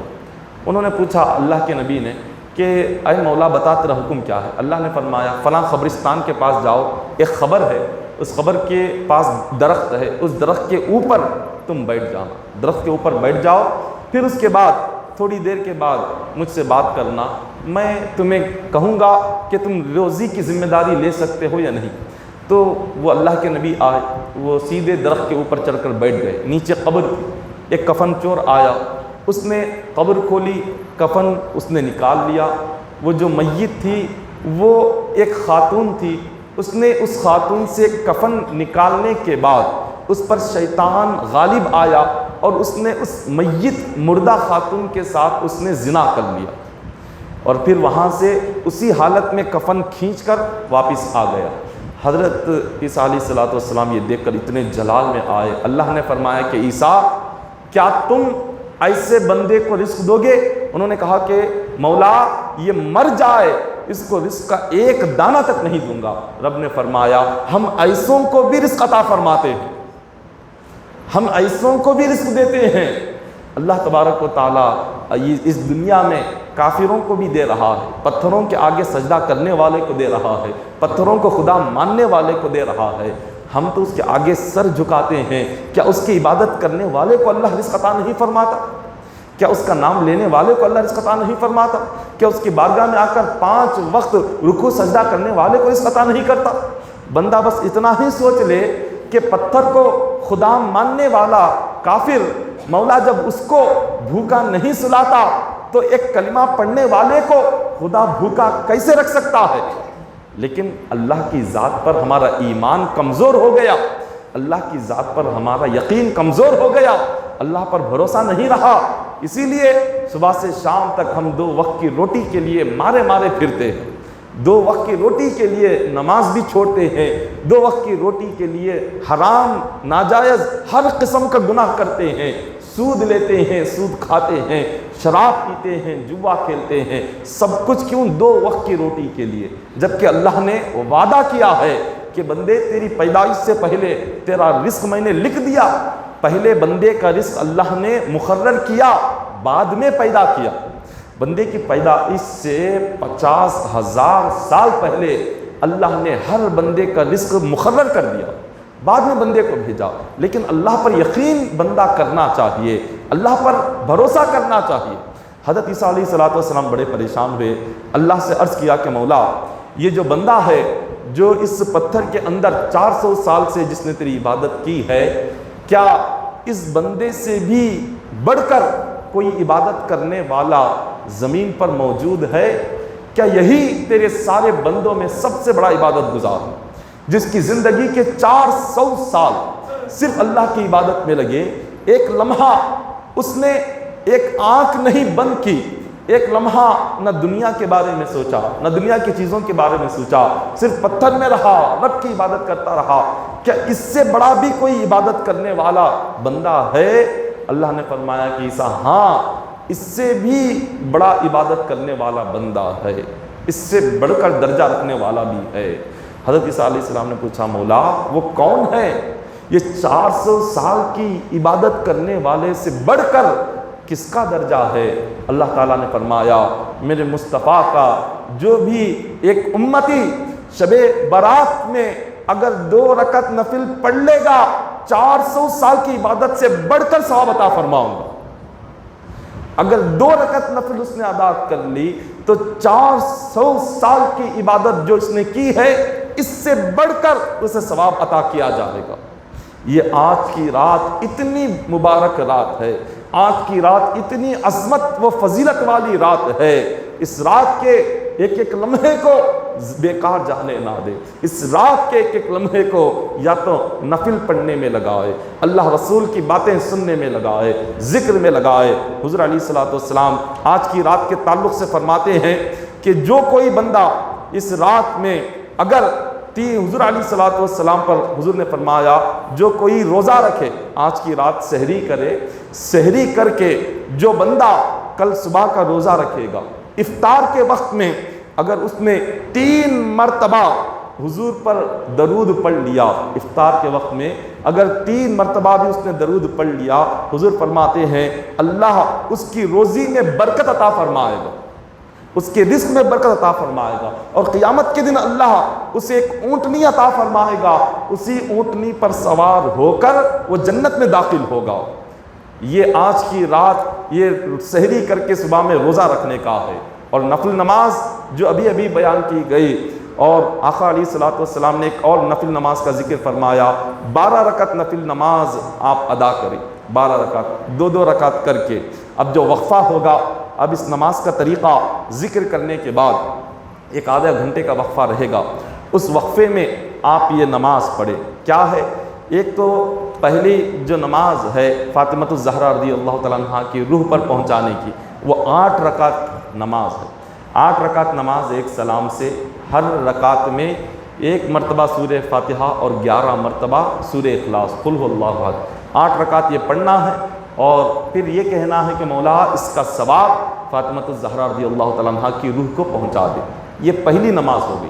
اب اس کے بعد جو دوسری نماز ہے وہ رزق میں برکت کے لیے، اگر کسی کی روزی تنگ ہو چکی ہو، اگر کوئی بے روزگار ہو، یا جس کے کاروبار میں ترقی نہ ہو اور جس کی روزی میں برکت نہ ہو، اس بندے کے لیے روایتوں میں آتا ہے وہ 2 رکعت نفل نماز کی نیت کرے۔ شب برات کی 2 رکعت نفل نماز پڑھتا ہوں واسطے اللہ کے، منہ میرا کعبۃ اللہ شریف، اس طرح نیت کر کے رکعت باندھے، ہر رکعت میں 1 مرتبہ سورہ فاتحہ پڑھے، اور 15 مرتبہ قل هو اللہ احد، 15 مرتبہ قل هو اللہ احد، دونوں رکعتوں میں یہی پڑھے۔ جب یہ 2 رکعتوں میں آپ پڑھ لیں گے اور سلام پھیر کر اللہ سے اپنی روزی میں برکت کے لیے دعا کریں گے تو انشاءاللہ 1 سال تک کبھی گھر میں تنگ دستی نہیں آئے گی، کبھی روزی میں تنگی نہیں ہوگی، کبھی کاروبار میں تنگی نہیں ہوگی۔ اللہ تعالیٰ 1 سال تک رزق میں خیر و برکت عطا فرمائیں گے۔ تو آپ یہ 2 نمازیں، جو 2 رکعت والی نماز ہے رزق میں برکت کی، اس کو بھی ادا کرے، اور فاطمہ الزہرا رضی اللہ تعالیٰ عنہ کی روح کو ثواب پہنچانے کی جو 8 رکعت ہے اس کو بھی آپ ادا کریں۔ دعا ہے کہ اللہ تبارک و تعالی ہم تمام کو اس ماہ شعبان کی شب برات میں عبادت کرنے کی توفیق عطا فرمائے۔ اللہ تبارک و تعالی آج کی رات کی عبادت کے صدقے میں ہم تمام کے صغیرہ کبیرہ گناہوں کو معاف فرمائے۔ اللہ تبارک و تعالی اس رات کے صدقے میں ہماری دعاؤں کو قبول فرمائے، ہماری توبہ کو قبول فرمائے، اور ہم تمام کو مولا اس رات کا ایک ایک لمحہ اس کی عبادت میں گزارنے کی توفیق عطا فرمائے۔ ایک ایک لمحہ ہمیں اللہ اور اس کے رسول کا ذکر سننے کی توفیق عطا فرمائے، اور ہمیں کہنے سننے سے بڑھ کر مولا عمل کرنے کی توفیق عطا فرمائے، اور ہم تمام کی زندگی کے جس قسم کے بھی گناہ ہوں وہ سارے گناہوں کو اللہ تبارک و تعالیٰ اپنے حبیب کے صدقے میں معاف فرمائے، اور ہمیں مولا حرام رزق سے محفوظ فرمائے، حرام روزی سے محفوظ فرمائے، حلال روزی اللہ ہمیں نصیب فرمائے، حلال روزی اللہ ہمیں عطا کرے، اور ہر ایک بندے کو حلال رزق حاصل کرنے کی توفیق عطا فرمائے، حلال روزی کے لیے محنت کرنے کی توفیق عطا فرمائے۔ ان اللہ و ملائکتہ یصلون علی النبی یا ایھا الذین آمنوا صلوا علیہ وسلموا تسلیما اللهم صل على سيدنا محمد وعلى ال سيدنا محمد وبارك وسلم صلوا عليه صلاة وسلام عليك يا حبيبي يا رسول الله صلى الله تعالى عليه وسلم حسبنا الله حسبنا الله حسبنا الله نعم الوكيل نعم المولى ونعم النصير ربنا تقبل منا الفاتحة